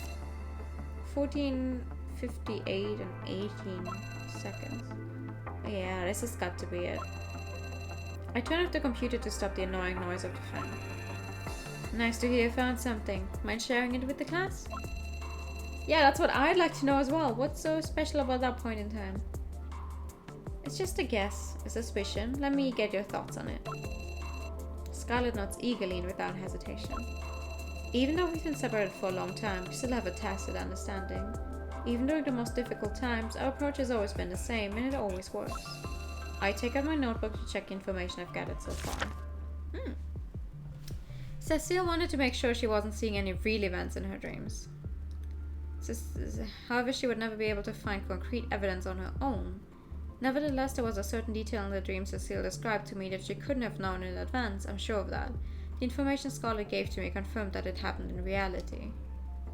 By following this logic, it isn't difficult to draw some conclusion about the illusion. What? Okay. Realistic dreams. In her dreams, Cecile saw wonderful scenes. Cecile believes that they aren't just mere illusions, but how can we prove that? With the left mouse button, I can drag and drop the information from the right into the suspicion section on the left. Okay. The right information can solve the problem. Let's give it a try. What? Okay. The illusion Cecile had was far beyond ordinary. Along with the rising sun properties, many people rushed from the north to the viewing platform. I could clearly see the expression on their faces. I mean, we only have those three, but what? The chime of the clock tower near Mato Beach plays the Rising Sun tune. This tune was changed several times until the 1990s. And October 13, 3 p.m. sharp, a bizarre road collapse occurred at the intersection of a highway in Mato. However, hidden security footage shows that there was an actual explosion, and more than a dozen witnesses fled in panic. Okay, I mean, these are all the three informations we have. I don't have anything else. How is this gonna make me solve the case? Suspicion approved! Okay. Her visions reflected the past. Cecile had a very similar vision. The panicked people running, the viewing platform, the whistles. She said Sunrise was playing somewhere. She did not say Sunrise was playing somewhere. If she did, then it was a translation error somewhere that left it out for us. At least I do not remember her mentioning a song of any kind. That's an opportunity to verify the truth. Scarlett has given the situation some thought as well. The nearby clock tower should be right on time to play Sunrise. Even if she found out about that some other way, the commotion was officially due to common road damage. That's a statement given by the authorities. A student walking around downtown on a Thursday afternoon. If she was there when it happened, her absence from school would have been noted down somewhere in the school's records. You won't seriously make me get class attendance records, will you? Will I? But seriously, even if she was lying, I don't think anyone would ever go to such lengths. The road damage was reported, the panicked crowd wasn't. Those are two separate incidents. The latter was not reported anywhere, yet she still connected the two and knew the details because of her dream. There are only two possibilities why Cecile made that connection. She's aware of the two events, somehow, even the unreported one, and is actively concocting a dream that is realistic. Or she really just happened to know exactly what was going on because of the dream. And even if gossip is being spread about the accident, there's always some time after it happens before it ends up on the news. It took the people who ran away about 2 minutes to get to the viewing platform, and they were quickly stopped by the security guards. It's not a busy street. There's not a lot of commuting going on there during that window of time, so it didn't even attract that much attention. Nobody's really talking about it, even a few people that were there. It's hard to find anything more than small snippets of what happened. Cecile couldn't have known about it from any of the news channels. Only someone who was present could make up such a lie, and there's no way for her to have been there. Process of elimination. Now you know what I mean. We could both use some fresh air. I step outside to have a smoke. You can smoke inside, I don't mind. I do, though. I don't smoke, but also I would never smoke inside of the room I actually do try to sleep in as well. Also, I would not smoke next to someone who obviously doesn't like smoke. You quit smoking half a year ago. I'm just trying to be a gentleman here. Scarlett chuckles and sits there with a smirk on her face. I can't even imagine how Dan and Nico would have reacted if they heard you say that. Just trying to show that I'm a multifaceted man. I scratch my head. Scarlett seems uncomfortable on the sofa. She walks towards the window, stretches a bit, then slowly makes her way towards the door. Actually, yeah. By the way, Scarlett, your help means a lot to me. I wish I could repay you somehow. Good God, you're really hellbent on this, aren't you? She lets out a defeated sigh. This road that collapsed, or rather exploded, there are many people in the investigation team. I'm not in charge of it, but I always had a feeling that something was off. I don't know why. I see what she means. The evidence of the surveillance material basically raised the laws of physics. The only thing left was a deep hole. It makes no sense. No victims, no rubble, no burnt debris. Seeing all these people running makes it easy to assume there'd be solid evidence, but there's no proof that anything happened. Scarlet could easily pretend not to have noticed anything and keep looking the other way, continuing to collect money from several government agencies intent on keeping a lid on things. But I know her too well. Turning a blind eye isn't her style. That's why she's my friend. When it comes to attracting trouble, we're probably even on the scale. I'm like you in that regard. I'd rather do anything I can to uncover the truth than look away. That would be a mistake and I'd regret it for the rest of my life. Scarlet stares at me with a serious look on her face. There's no doubt in her eyes. Okay, so what do you want me to do? Intelligence analysis is my strong suit, so if there are any new clues later, you'll have to piece them together. No problem. That was my plan anyway. Alright then, we'll have to sort through this whole mess somehow. There's no way we can just drop this now. Cecile deserves an answer. Be patient like the Buddha is something I was often told. That's not exactly me, is it? Well, we just have to wait for my face to become a little chubby and I'll take on the role of Buddha then, deal? She smiles, but it's a bitter smile. She knows how much is at stake here. I know you're just trying to calm the atmosphere. I'm sorry, I just don't know how to respond to this right now. It's all a bit much to take in. You're right. I'll make sure Cecile explains everything in more detail soon. She probably left some things out for fear of not being taken seriously. Now she doesn't have to worry about that anymore. Cecile didn't go into much detail about the origin of the dream. We don't have time to keep things hidden any longer. Lies can be made up out of thin air, but this is connected to something real, something tangible. Even if it really was just a regular accident, I need to know. I need clarity. So Phoenix High School is the name of the place, right? There are rumors floating about some really bad things going on among the students. A really twisted sense of community. I'd like to get to the bottom of it. The little girl named Cecile is being bullied? Yeah, the others in her art club are completely out of line. So far it seems as if it's only bad words and some malicious pranks, but that's already bad enough. Who knows with these kids? Scarlet frowns. My words must have caused her concern. That's terrible. Are all kids these days so cruel? Bad behavior can have a number of reasons. Some of those kids probably just can't help it. I bet some of them just do it to fit in with the group because they're afraid of becoming targets themselves. That's still bad though.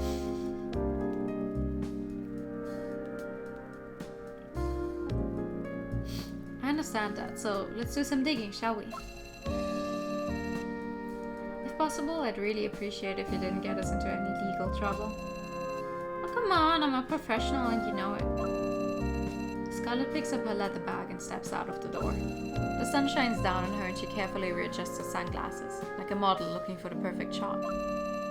I guess nothing's really changed. I'm glad you're helping me with this. It feels good, like a reunion of sorts. Take care of yourself. You too. Think about yourself every once in a while. Don't let the hard work get to you. Scarlet waves her hand as she walks away, not even turning her head. With Scarlet's help on this case, we should have new results soon. I get a little bit of fresh air, then head back into the store. Can I look at the bookshelf now? I still can't look at the bookshelf. Why won't you let me look at the bookshelf? I'm so upset. You cannot give me the option to work in a bookstore and then not actually look at the bookshelf.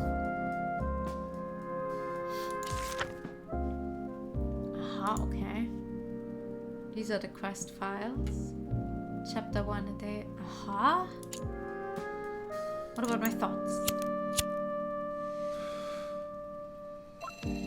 Nothing's better than tobacco to clear the mind. Is it possible to retrace visions of the past? I wouldn't even believe it myself if Scarlet hadn't provided this excellent information. This definitely isn't an everyday situation that an average high school student would find themselves in. Something unusual must have happened to her recently. After all, it's strange to think that Cecile just happened to witness an accident that Scarlet happens to be investigating. Is it really just a coincidence that the two of them met? Wait, but when would Cecile... What? I don't know, I'm sorry. Is Is it just me who feels like all of the information we're being given is a little disconnected? See. Is it just me? Because what do you mean they met? When would Cecile and Scarlett have met? I'm very confused. I'm gonna try one more thing, see what happens. Also, I do not know what these weird suns are supposed to mean.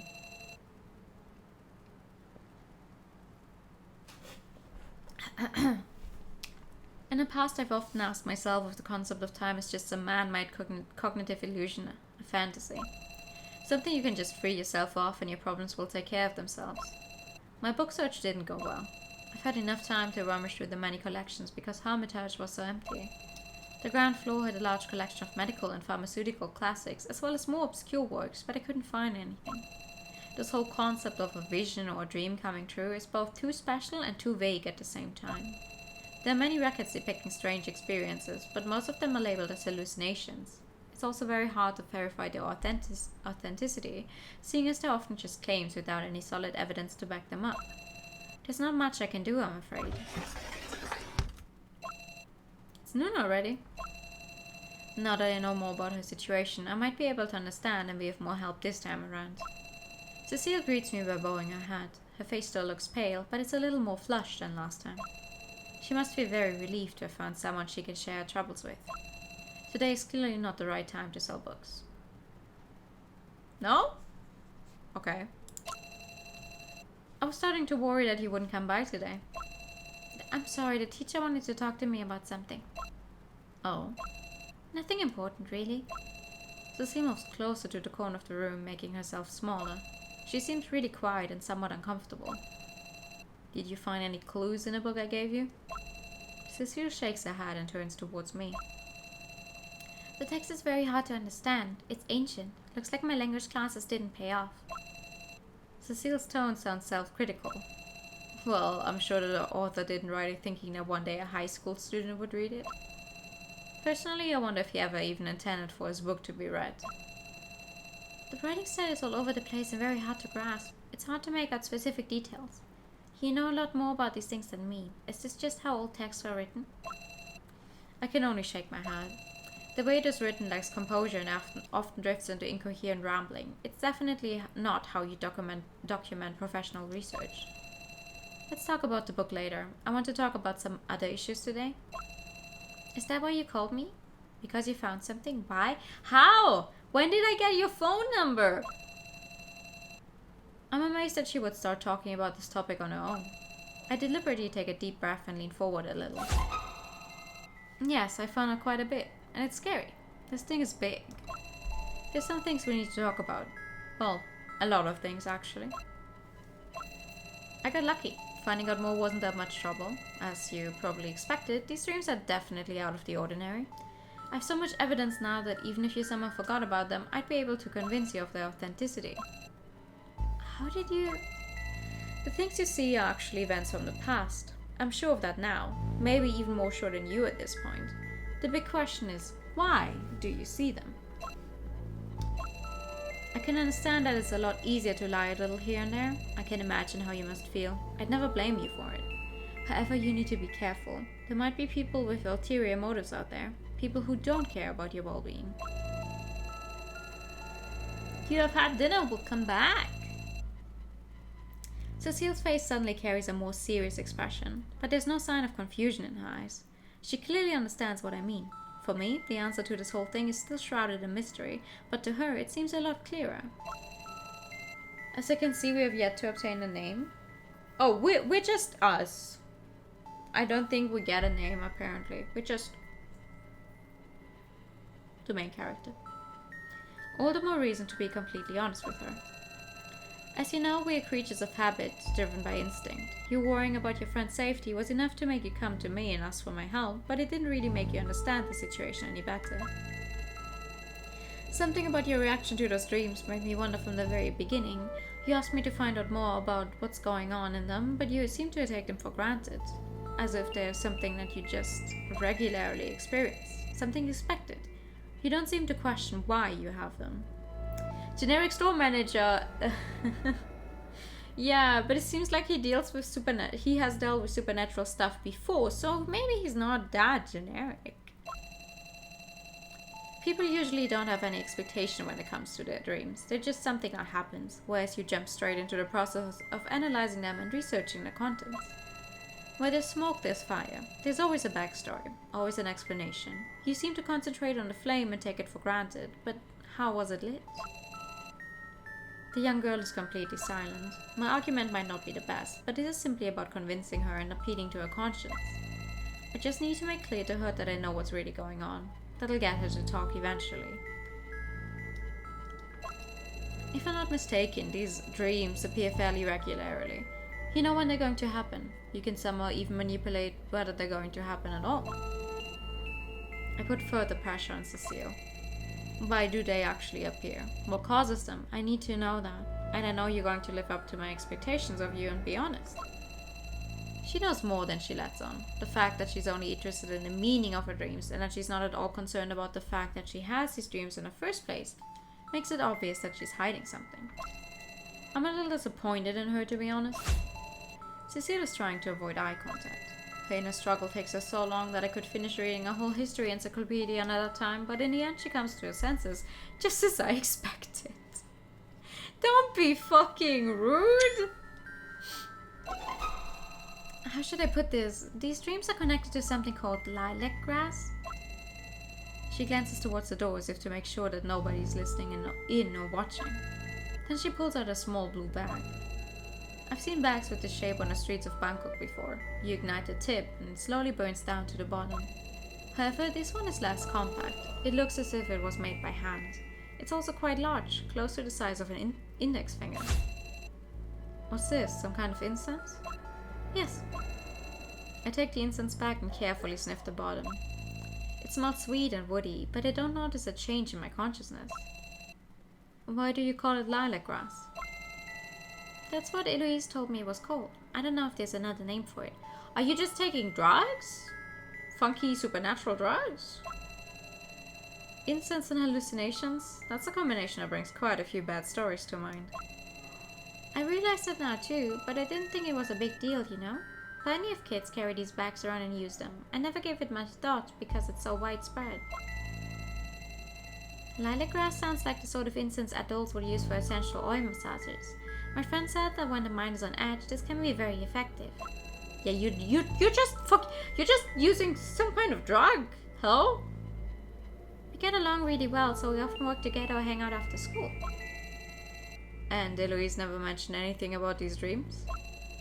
She only said that the incense has a calming effect and it's used to help with stress. Cecile shakes her head and takes the bag from my hands. We close the classroom window and then light up the incense. It burns for about 10 minutes. It smells very sweet, like a variety of flowers mixed with juice and water, all blended together. The first few times it only gave me peace of mind. Sounds around me were still clear and my vision wasn't altered or anything. It just washed my troubles away, made me feel at ease. So, this calming effect was the only thing at first, meaning the dreams only started happening after prolonged use? Cecile nods. I also asked Eloise, but she never had a similar dream experience with incense. Maybe everyone responds to it differently, right? Thank you for the hydrate time and the pad. Thank you.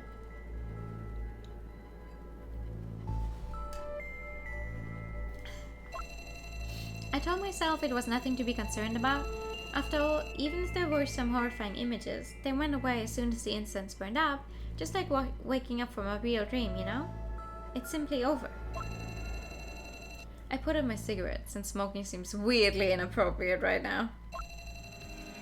So the incense is the cause of these mysterious dreams. Well, this certainly makes things more strange, but at least now there's a concept that we can grasp. Sorry, I was just worried. I didn't want to get caught and be considered some kind of druggie. In the end, this is no different from drug use. You should be smart enough to know that. Trust me, I'm really not the kind to preach, but you really should be aware that these things can have all kinds of consequences. The fact that the things you see are real and have actually happened is what worries me the most. It's not just a fantasy or your brain chemistry playing tricks on you, this is something much more dangerous. Cecile lowers her head. I assume that I got my point across. There's no need to make this even more embarrassing for her, so I decide to move on.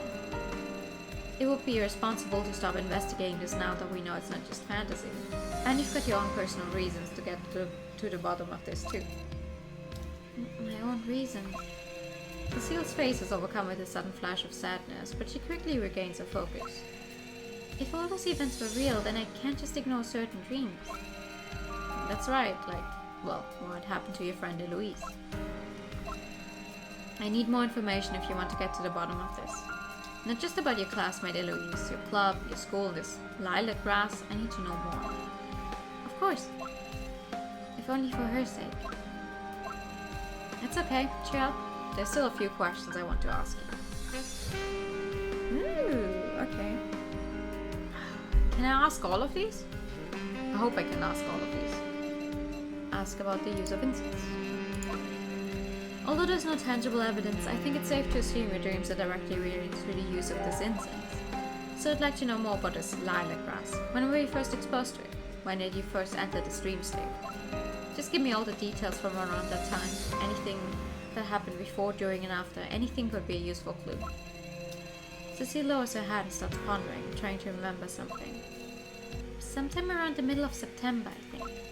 At the time, Eloise was getting into a lot of fights and arguments with others to defend me. I felt so bad seeing her like that and I blamed myself. I was in a very dark place. Eloise approached me one day and told me not to worry so much. That's when she first gave me one of those bags. So that's when you started using it? Well, maybe once or twice a week. Although our club is always open, Thursday afternoon is a fixed recreational time for everyone. That already seems quite excessive. Also, I don't know if I should say this, but nobody really talks about it, but the weekly use of incense was Eloise's idea.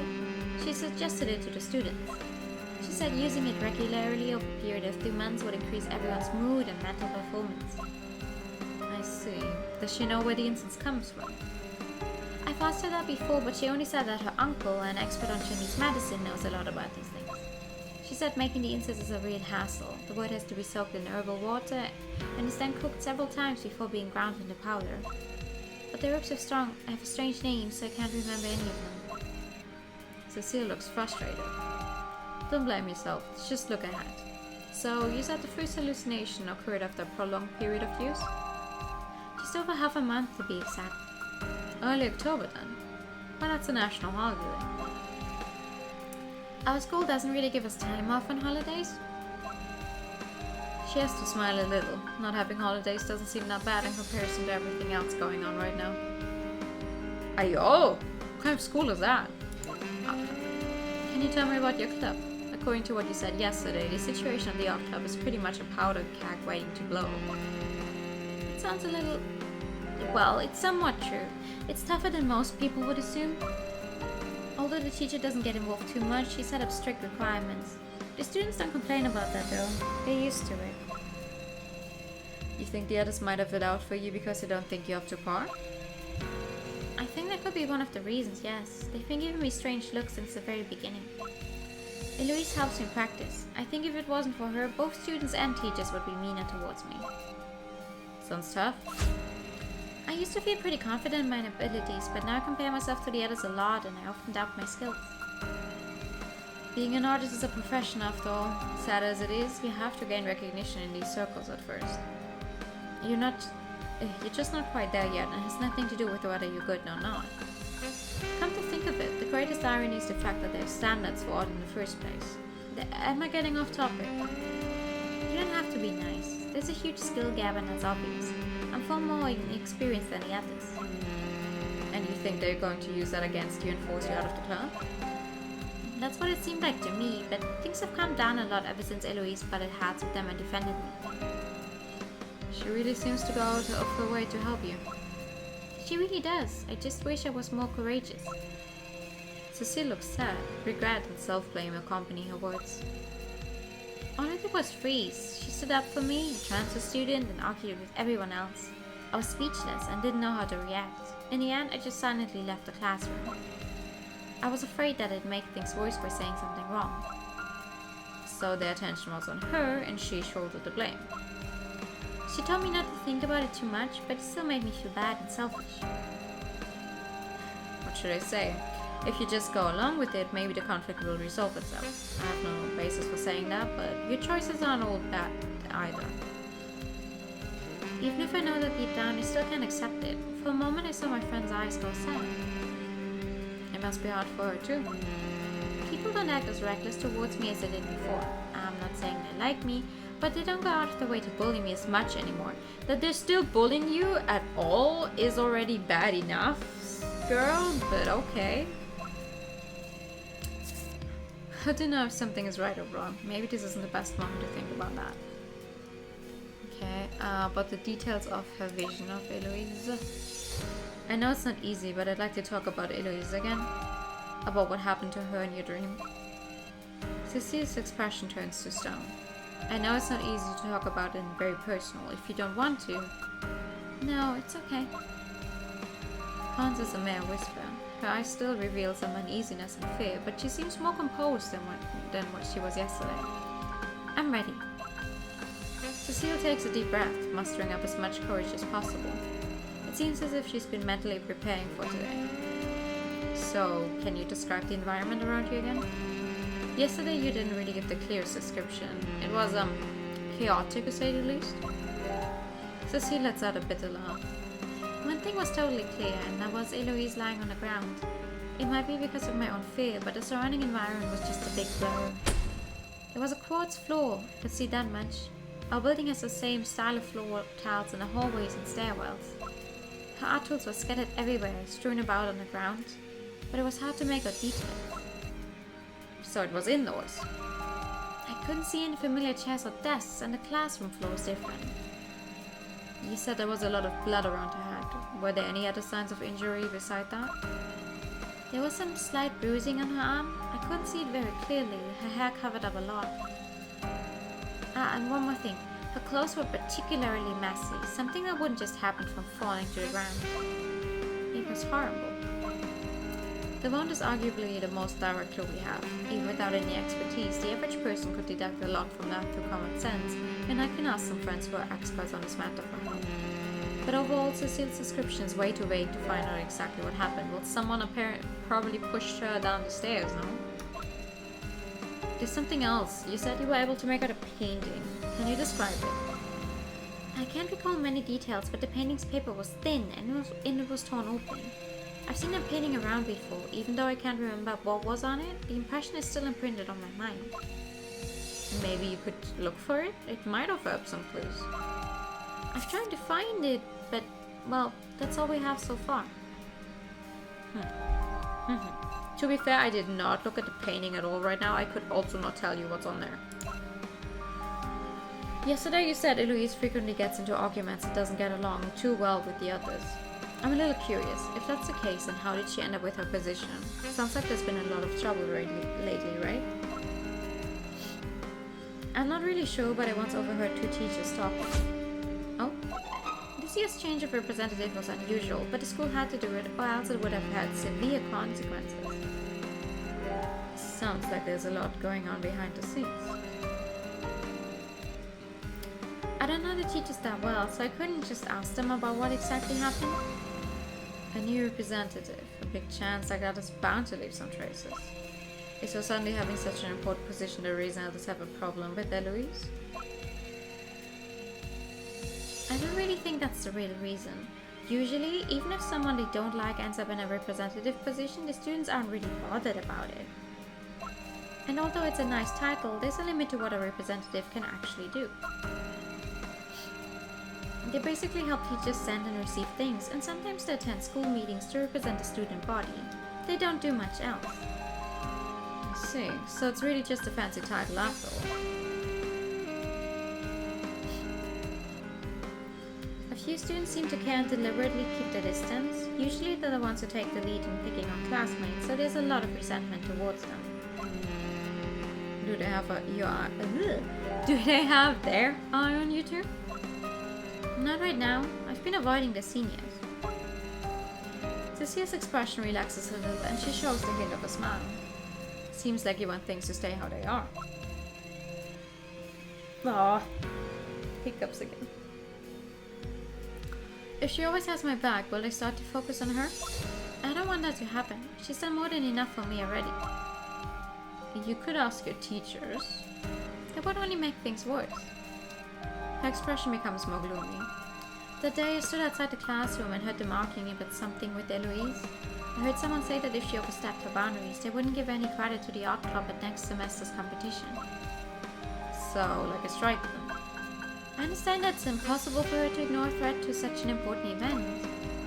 So it's a balancing act between the two sides for her. I'm sure it's really getting to her. It's clear that there are some problems going on in the background.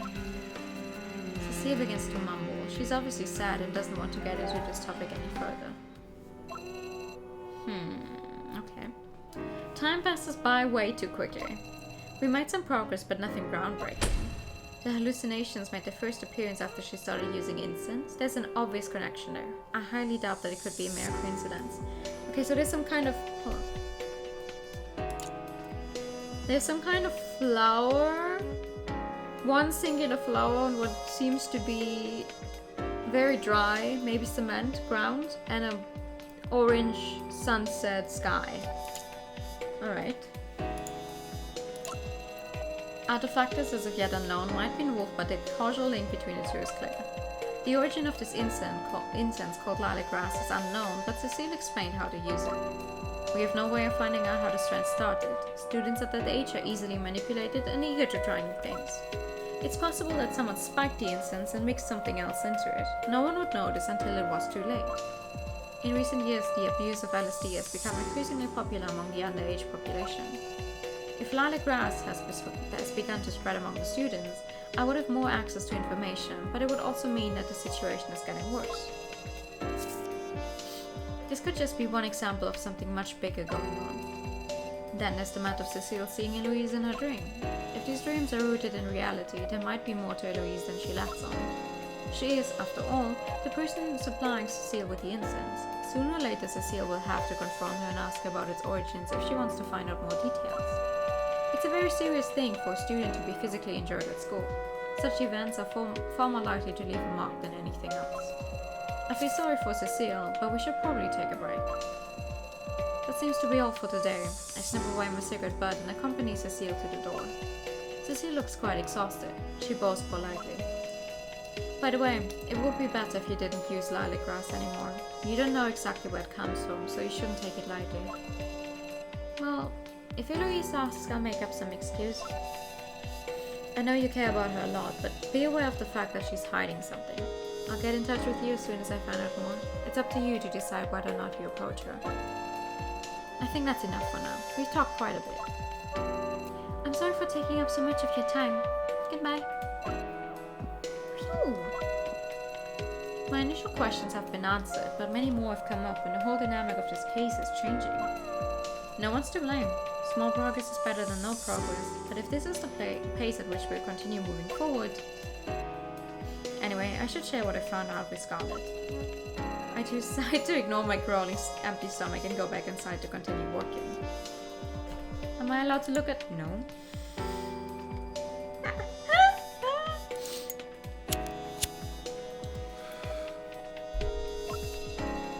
Time to collect my thoughts. I never come across this so-called lilac grass, but many hallucinogenic plants have been used throughout history, and the search for illusions never went out of fashion. The question is where this lilac grass came from. As long as I don't know that, there's no way of knowing the extent to its effects. Considering that, Cecile should be more concerned about what she's seen. Hermitage does have a lot of medical books in its collection, so maybe it's time to start looking for them. But you're not letting me look at the bookshelf. Leech? I'm gonna finish up this day. We're gonna keep going until, I don't know, a day change, I guess. Ow. Nighttime! Looks like it's going to start raining any moment now. How about some more appropriate weather for once? It's closing time and I fumble for the key to the front door on the ground floor and slip it into my pocket. An hour and a half of talking, 4 cups of coffee, the perfect recipe for an overactive bladder. It would have been impossible to fit a bathroom anywhere on the ground floor, and at times like this, just a few flights of stairs can seem especially long. What the hell is wrong with today's youth? No one would accuse anyone for bad behavior alone, but an unprovoked attack demonstrates the injustice in the world plain and simple. Cecile doesn't seem to be from a rich family. How is it even possible for her to go to Phoenix High? Time to head out. I wash my hands and go back downstairs. What? Hello? Who the fuck are you? I don't think I'm seeing clearly. I might as well go back and rinse out my eyes. Visitor in the rain. Good evening, sir. Are you alright? I would be if you hadn't shown up. Answer loudly from outside the door. I'm sorry, I've picked a bad time to visit since you're off work. May I come in? It's really inconvenient to talk like this. Wait, but aren't I the person outside right now? Ah.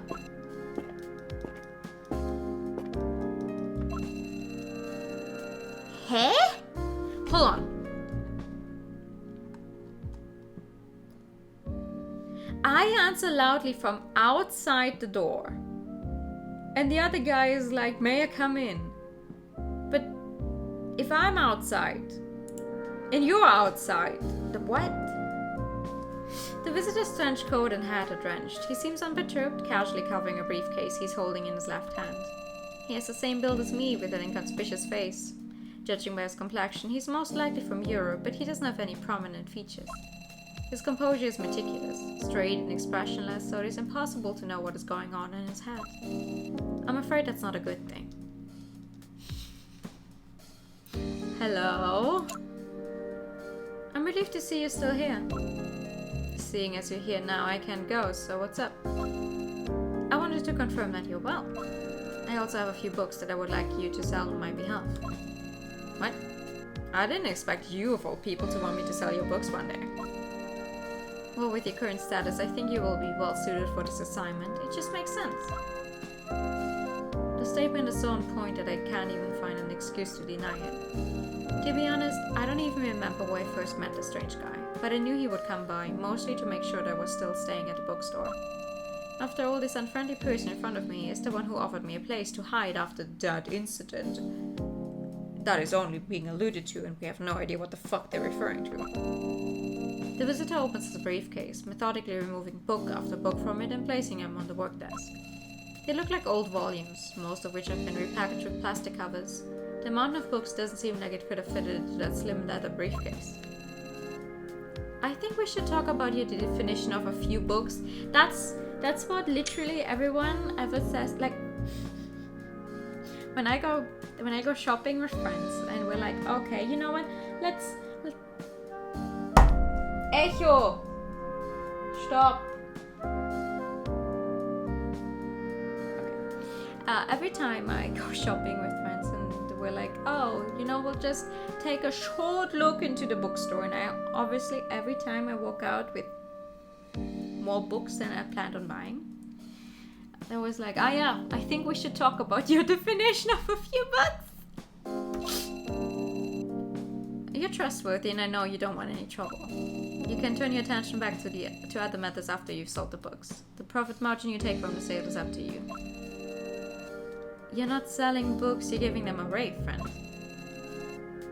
I pick up one of them and flip through the pages at random.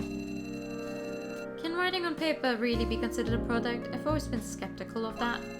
Knowledge can never be measured in money, and if a book is purchased for knowledge, then I value destiny more than a price tag. I didn't peg you for a romantic. I go ahead and agree to this, but I won't take anything that's too dangerous. It wouldn't sell anyway. I knew you wouldn't refuse. You couldn't know that for sure. These books come in all sorts of categories, and I give up my perusal of the books to study the catalog. Modern poetry collections, newspaper clippings, current political commentary, investigation reports, field notes, yearbooks. Honestly, you're leaving me 2 copies of the Story Club here. I think some of these books are still... Huh? What is it? It's nothing. These aren't bad. I'll keep them for you. This might work. I close the book in my hand to try to control my facial expression. That's good. Now that you've taken these off my hands, I should tug my leaf. He picks up his briefcase and turns sharply to face the door. You're leaving already. Don't you want to wait out the ring? The delivery man ignores my advice. Now that the purpose of my visit has been served, there's no need for me to take up any more of your time. I'll be in touch again when the time is right. Good luck to you. He lifts his hat in farewell, then disappears outside the store. A cold sweat breaks out of my skin and my clothes are sticking to my back. I quietly move towards the door and check the surroundings. I don't know if it's just my imagination, but there seems to be a tall girl on the other side of the street. She's facing this way, holding up a cell phone for a photo. After she notices me looking, she quickly puts away the phone and makes her way to the subway station nearby. Okay. Probably just someone who's interested in architecture. After all, the building looks like a piece of cake with the top cut off, which is a relatively rare shape for a house. I can't worry too much about this right now. I make my way back inside and approach the old bookcase. The former owner of Hermitage made good use of the available space, managing to stuff 3 sets of bookshelves inside. Shelves? I see 4 bookshelves actually, but okay. The shelves are categorized by somewhat self-conscious names such as Es, Ich, and Über Ich. They probably wanted to name it like... the last one, while all of these are German, I'm guessing what they wanted to try to say with the last one is like about me, which would not be über ich, but über mich. But I will give them the benefit of the doubt, and them being like, hee hee, funny, we'll use German to make it sound fancy. So no one bothered to check if it was actually correct. But yes, again, it just says random German again, not random French. I don't know anything, don't know what to do with. They're huge and filled to the brim, limiting the line of sight. The air is damp and warm. Because the rooms are quite small, customers can pick up a book anywhere on the ground floor and allow themselves to drown in its pages while enjoying a quiet and private reading experience. This is just a psychology joke. Let me have my fun. Don't ruin my fun, okay? Shh. Shh.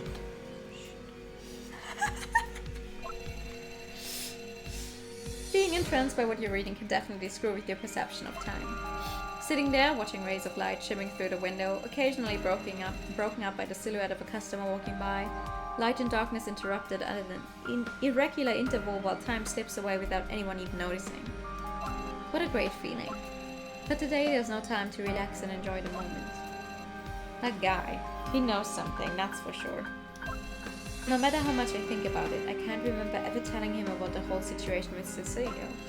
There's some strange, unfamiliar books among the ones he delivered. No one could guess what exactly they're about just by checking the title. Eat ego and super ego. True. But that still sounds off. For Freudian psychology, my favorite psychologist. Hermitage has always been a relatively safe place, hidden away from prying eyes. Being able to hide someone in such a big city says a lot about the man's capabilities. He must know a lot of things. He helps me, but I've had my suspicions since the very beginning. He has his own agenda, no doubt about it. It's a classic case of too good to be true. There must be some reason as to why he decided to help me. Anyway, if I don't want any trouble, I should check out the books. I approach a bookshelf and place the newly arrived books in the most inconspicuous spot in the corner. Things are slowly starting to get back to normal. I should have a look at the first book he gave me. Ah! This is the store's most interesting section. I put the most important books in this bookcase. Seems to me that the new books are perfect for this section.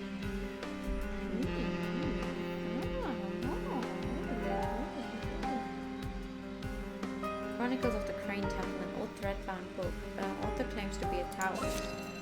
An old thread-bound book, the author claims to be a Taoist. The paper is very old and the edges of the text are blurry, most likely because it was written by hand. The book is divided into 2 parts. The first part is about the rise and upkeeping of an old Taoist concept called crane view. A detailed description with historical examples is given. The second part is written in form of an autobiography. A fanged demon called the Scaled Great One with horrifyingly sharp claws is mentioned. Later on, the author succumbs to the madness surrounding him. The last half of the second part is chaotic and confusing, lacking any sort of coherence and logic. A lot of numbers are jumbled into the text. The last sentence that makes any sense is the skies, as well as the earth, are dark and treacherous. An ancient mystery you mustn't look at, for the Scaled Great One looks right back at us. What follows is a chaotic sequence of numbers 155413112. Aha. Okay. What's this one? A local print of the Codex Seraphim, the author is unknown. A local print of the... An encyclopedia with pictures and text. It hasn't been translated. The book contains a large number of explanatory images, but the language is composed of unknown characters that vaguely resemble English and are unreadable. The only thing written in actual English is the title. One page is folded, as if to draw attention to it. It shows two people in bed whose bodies are overlapping and bizarrely morphing into a crocodile. Someone used a pencil to add a footnote. Ili ili lema sabatsani. Okay. The History of Cannibalism, a hardcover written by Hong Chuan. Okay.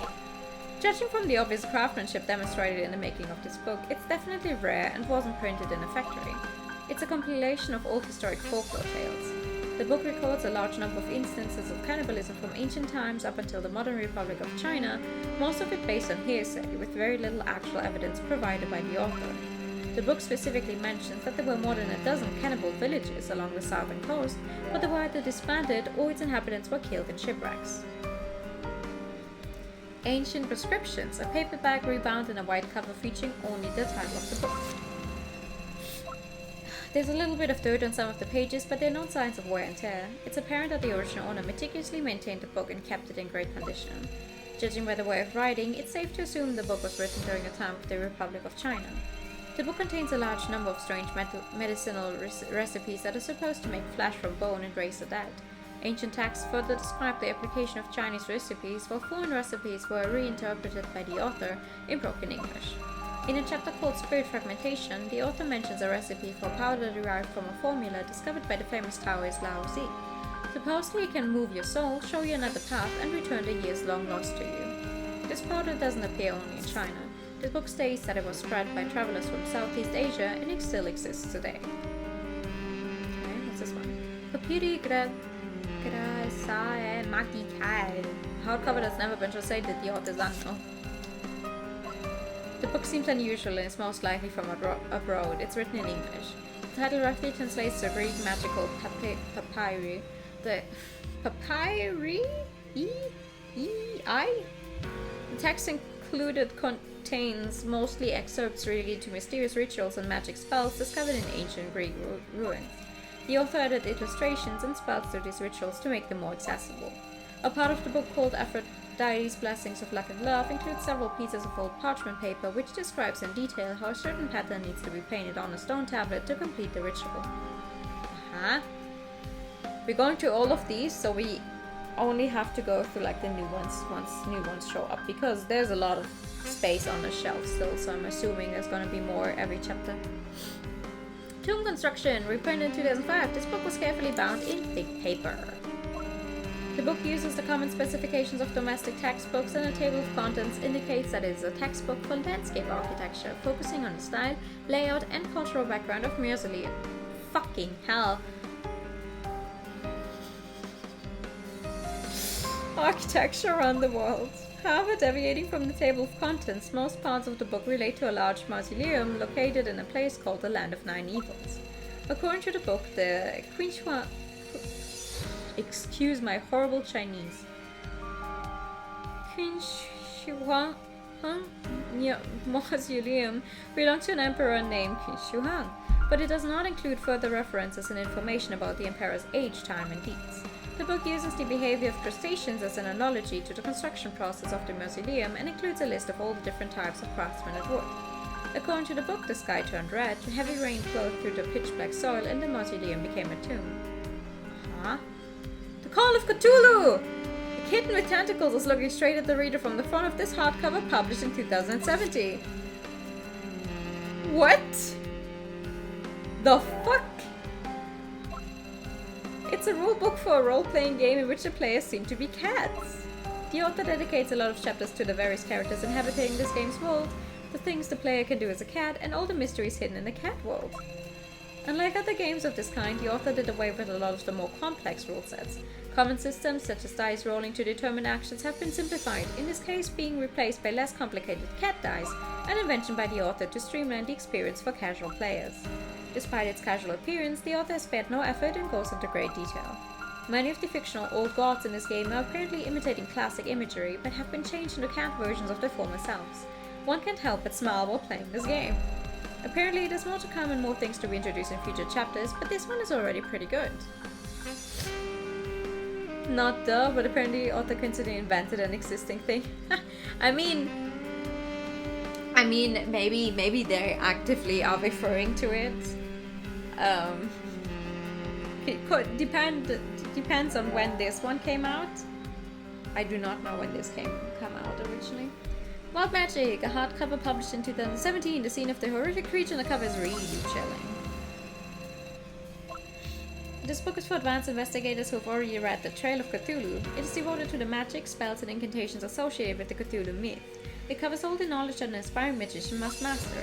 From cheap street parlor magic tricks all the way to occult rituals to summon various ancient gods, everything is included in the small book, making it a dangerous read. What makes this book particularly horrifying is the fact that it is told straight from the viewpoint of a magic practitioner living in a world based on the Cthulhu myth. Being exposed to all of this might drastically change how readers perceive the world around them. Huh? Okay, one more. The Trail of Cthulhu, a hardcover published in 2015. There are strange letters and illustrations on its cover. No. This one.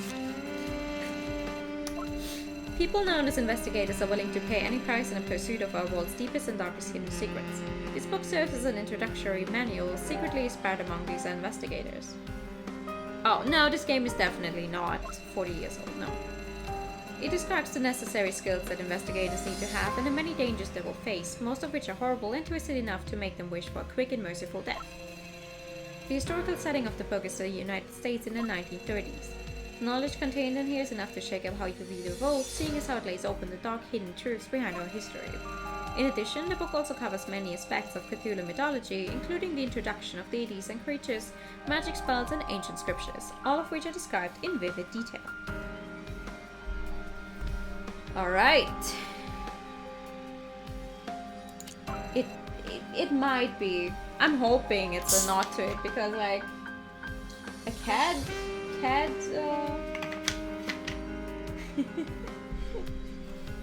of Cthulhu. Call of Cthulhu. Okay, that's really...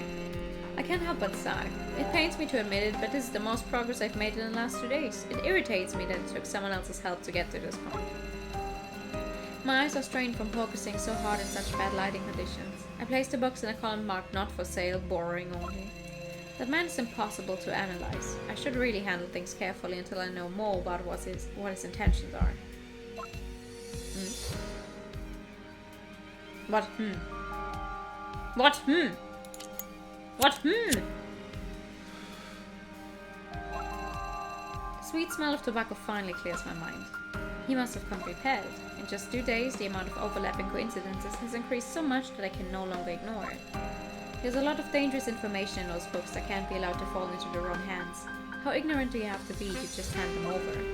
What's his goal? Now isn't the time to dwell on it too much. I should accept things for what they are at the moment.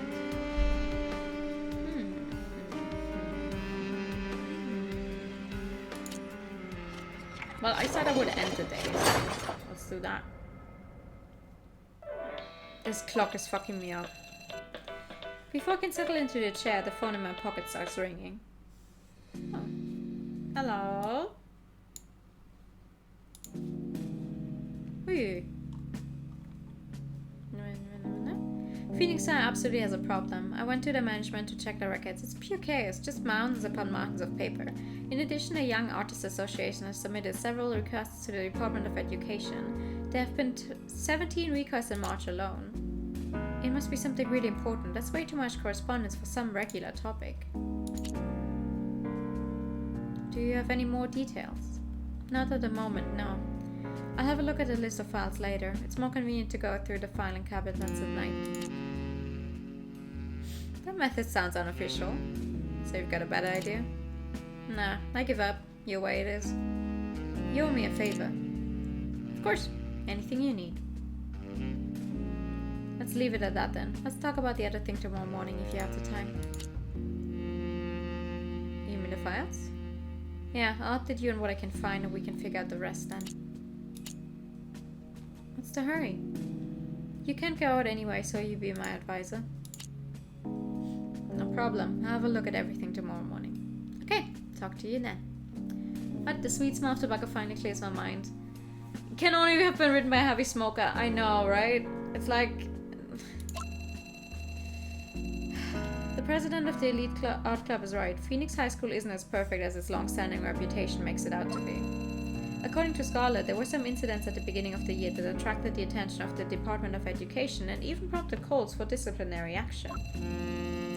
Even the Young Artists Association is involved in this, so could the bad atmosphere at Cecile's art club be related to this? Does what she saw actually have something to do with these incidents?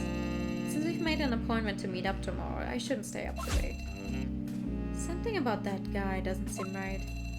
If it were anybody else, I could talk myself into thinking it was a coincidence, but every move this guy in the trench coat makes seems suspicious. Next time he comes to the store, maybe I should try making a joke or something. It's easier to seem passive and pretend not to suspect anything that way. I should accept his good intentions for now and see what happens. Alright. Was there anything new here? Ah. How do I see what's new though?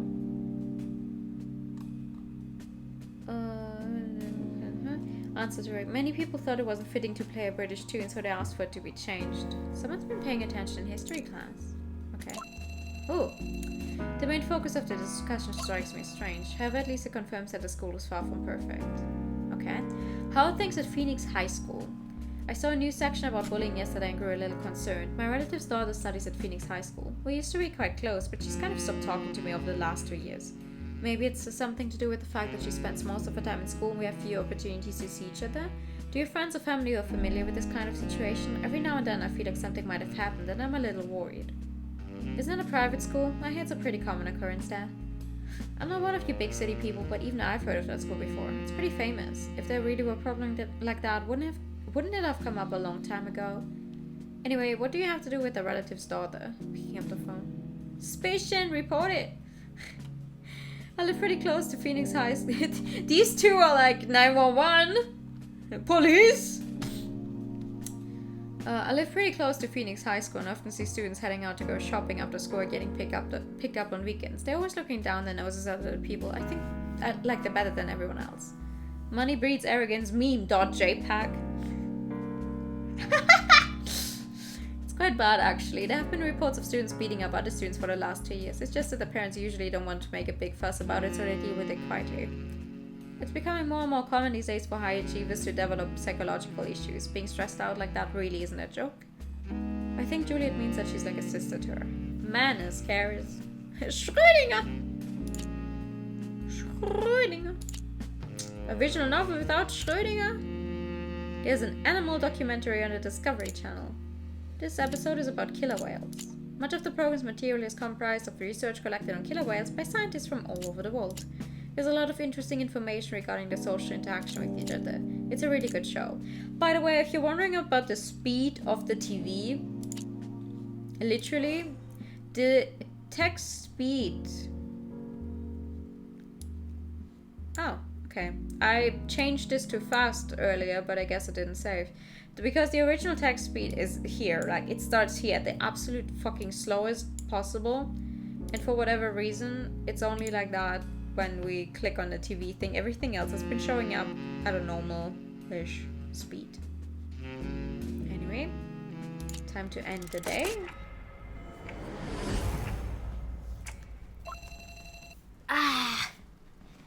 Time to end it. I said I would end the day because I don't know.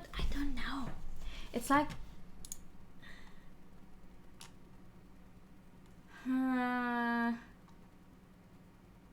no, because I don't know how long chapter 1 actually is. I don't know how long chapter 1 actually is, and I don't want to have to stop in the middle of like the revelation of ending of chapter 1. So this is what we're gonna stop for today. I'm sorry. It seems interesting so far though. A little disconnected, not gonna lie. A little disconnected. I'm feeling a little lost. It's like the back next story thing or something for him? Is that like a thing we are supposed to be in the dark and be confused about, or is it something that is just in reference to another game? Like, not sure. I'm really not sure about that, but hey, I'm still enjoying it. It seems nice. It takes place in a bookstore. I don't think we've actually had any other games that take place in bookstores yet. We've had our fair shares of cafes, but no bookstores yet, so that's interesting. But yeah, we're gonna stop here. Thank you for a nice stream. No, thank you for coming. Let me actually turn on the music, because as soon as I tap out, it stops playing. Cool.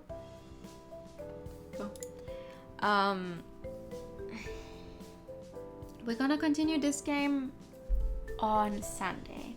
We're gonna play Blaze Blue. Which one is it? Continuum Shift Extend, which is the story-wise. Story-wise, it's the second one in the series, because Extend has all of the DLC characters and everything in it. Have you played many visual novels? I would say so, yes.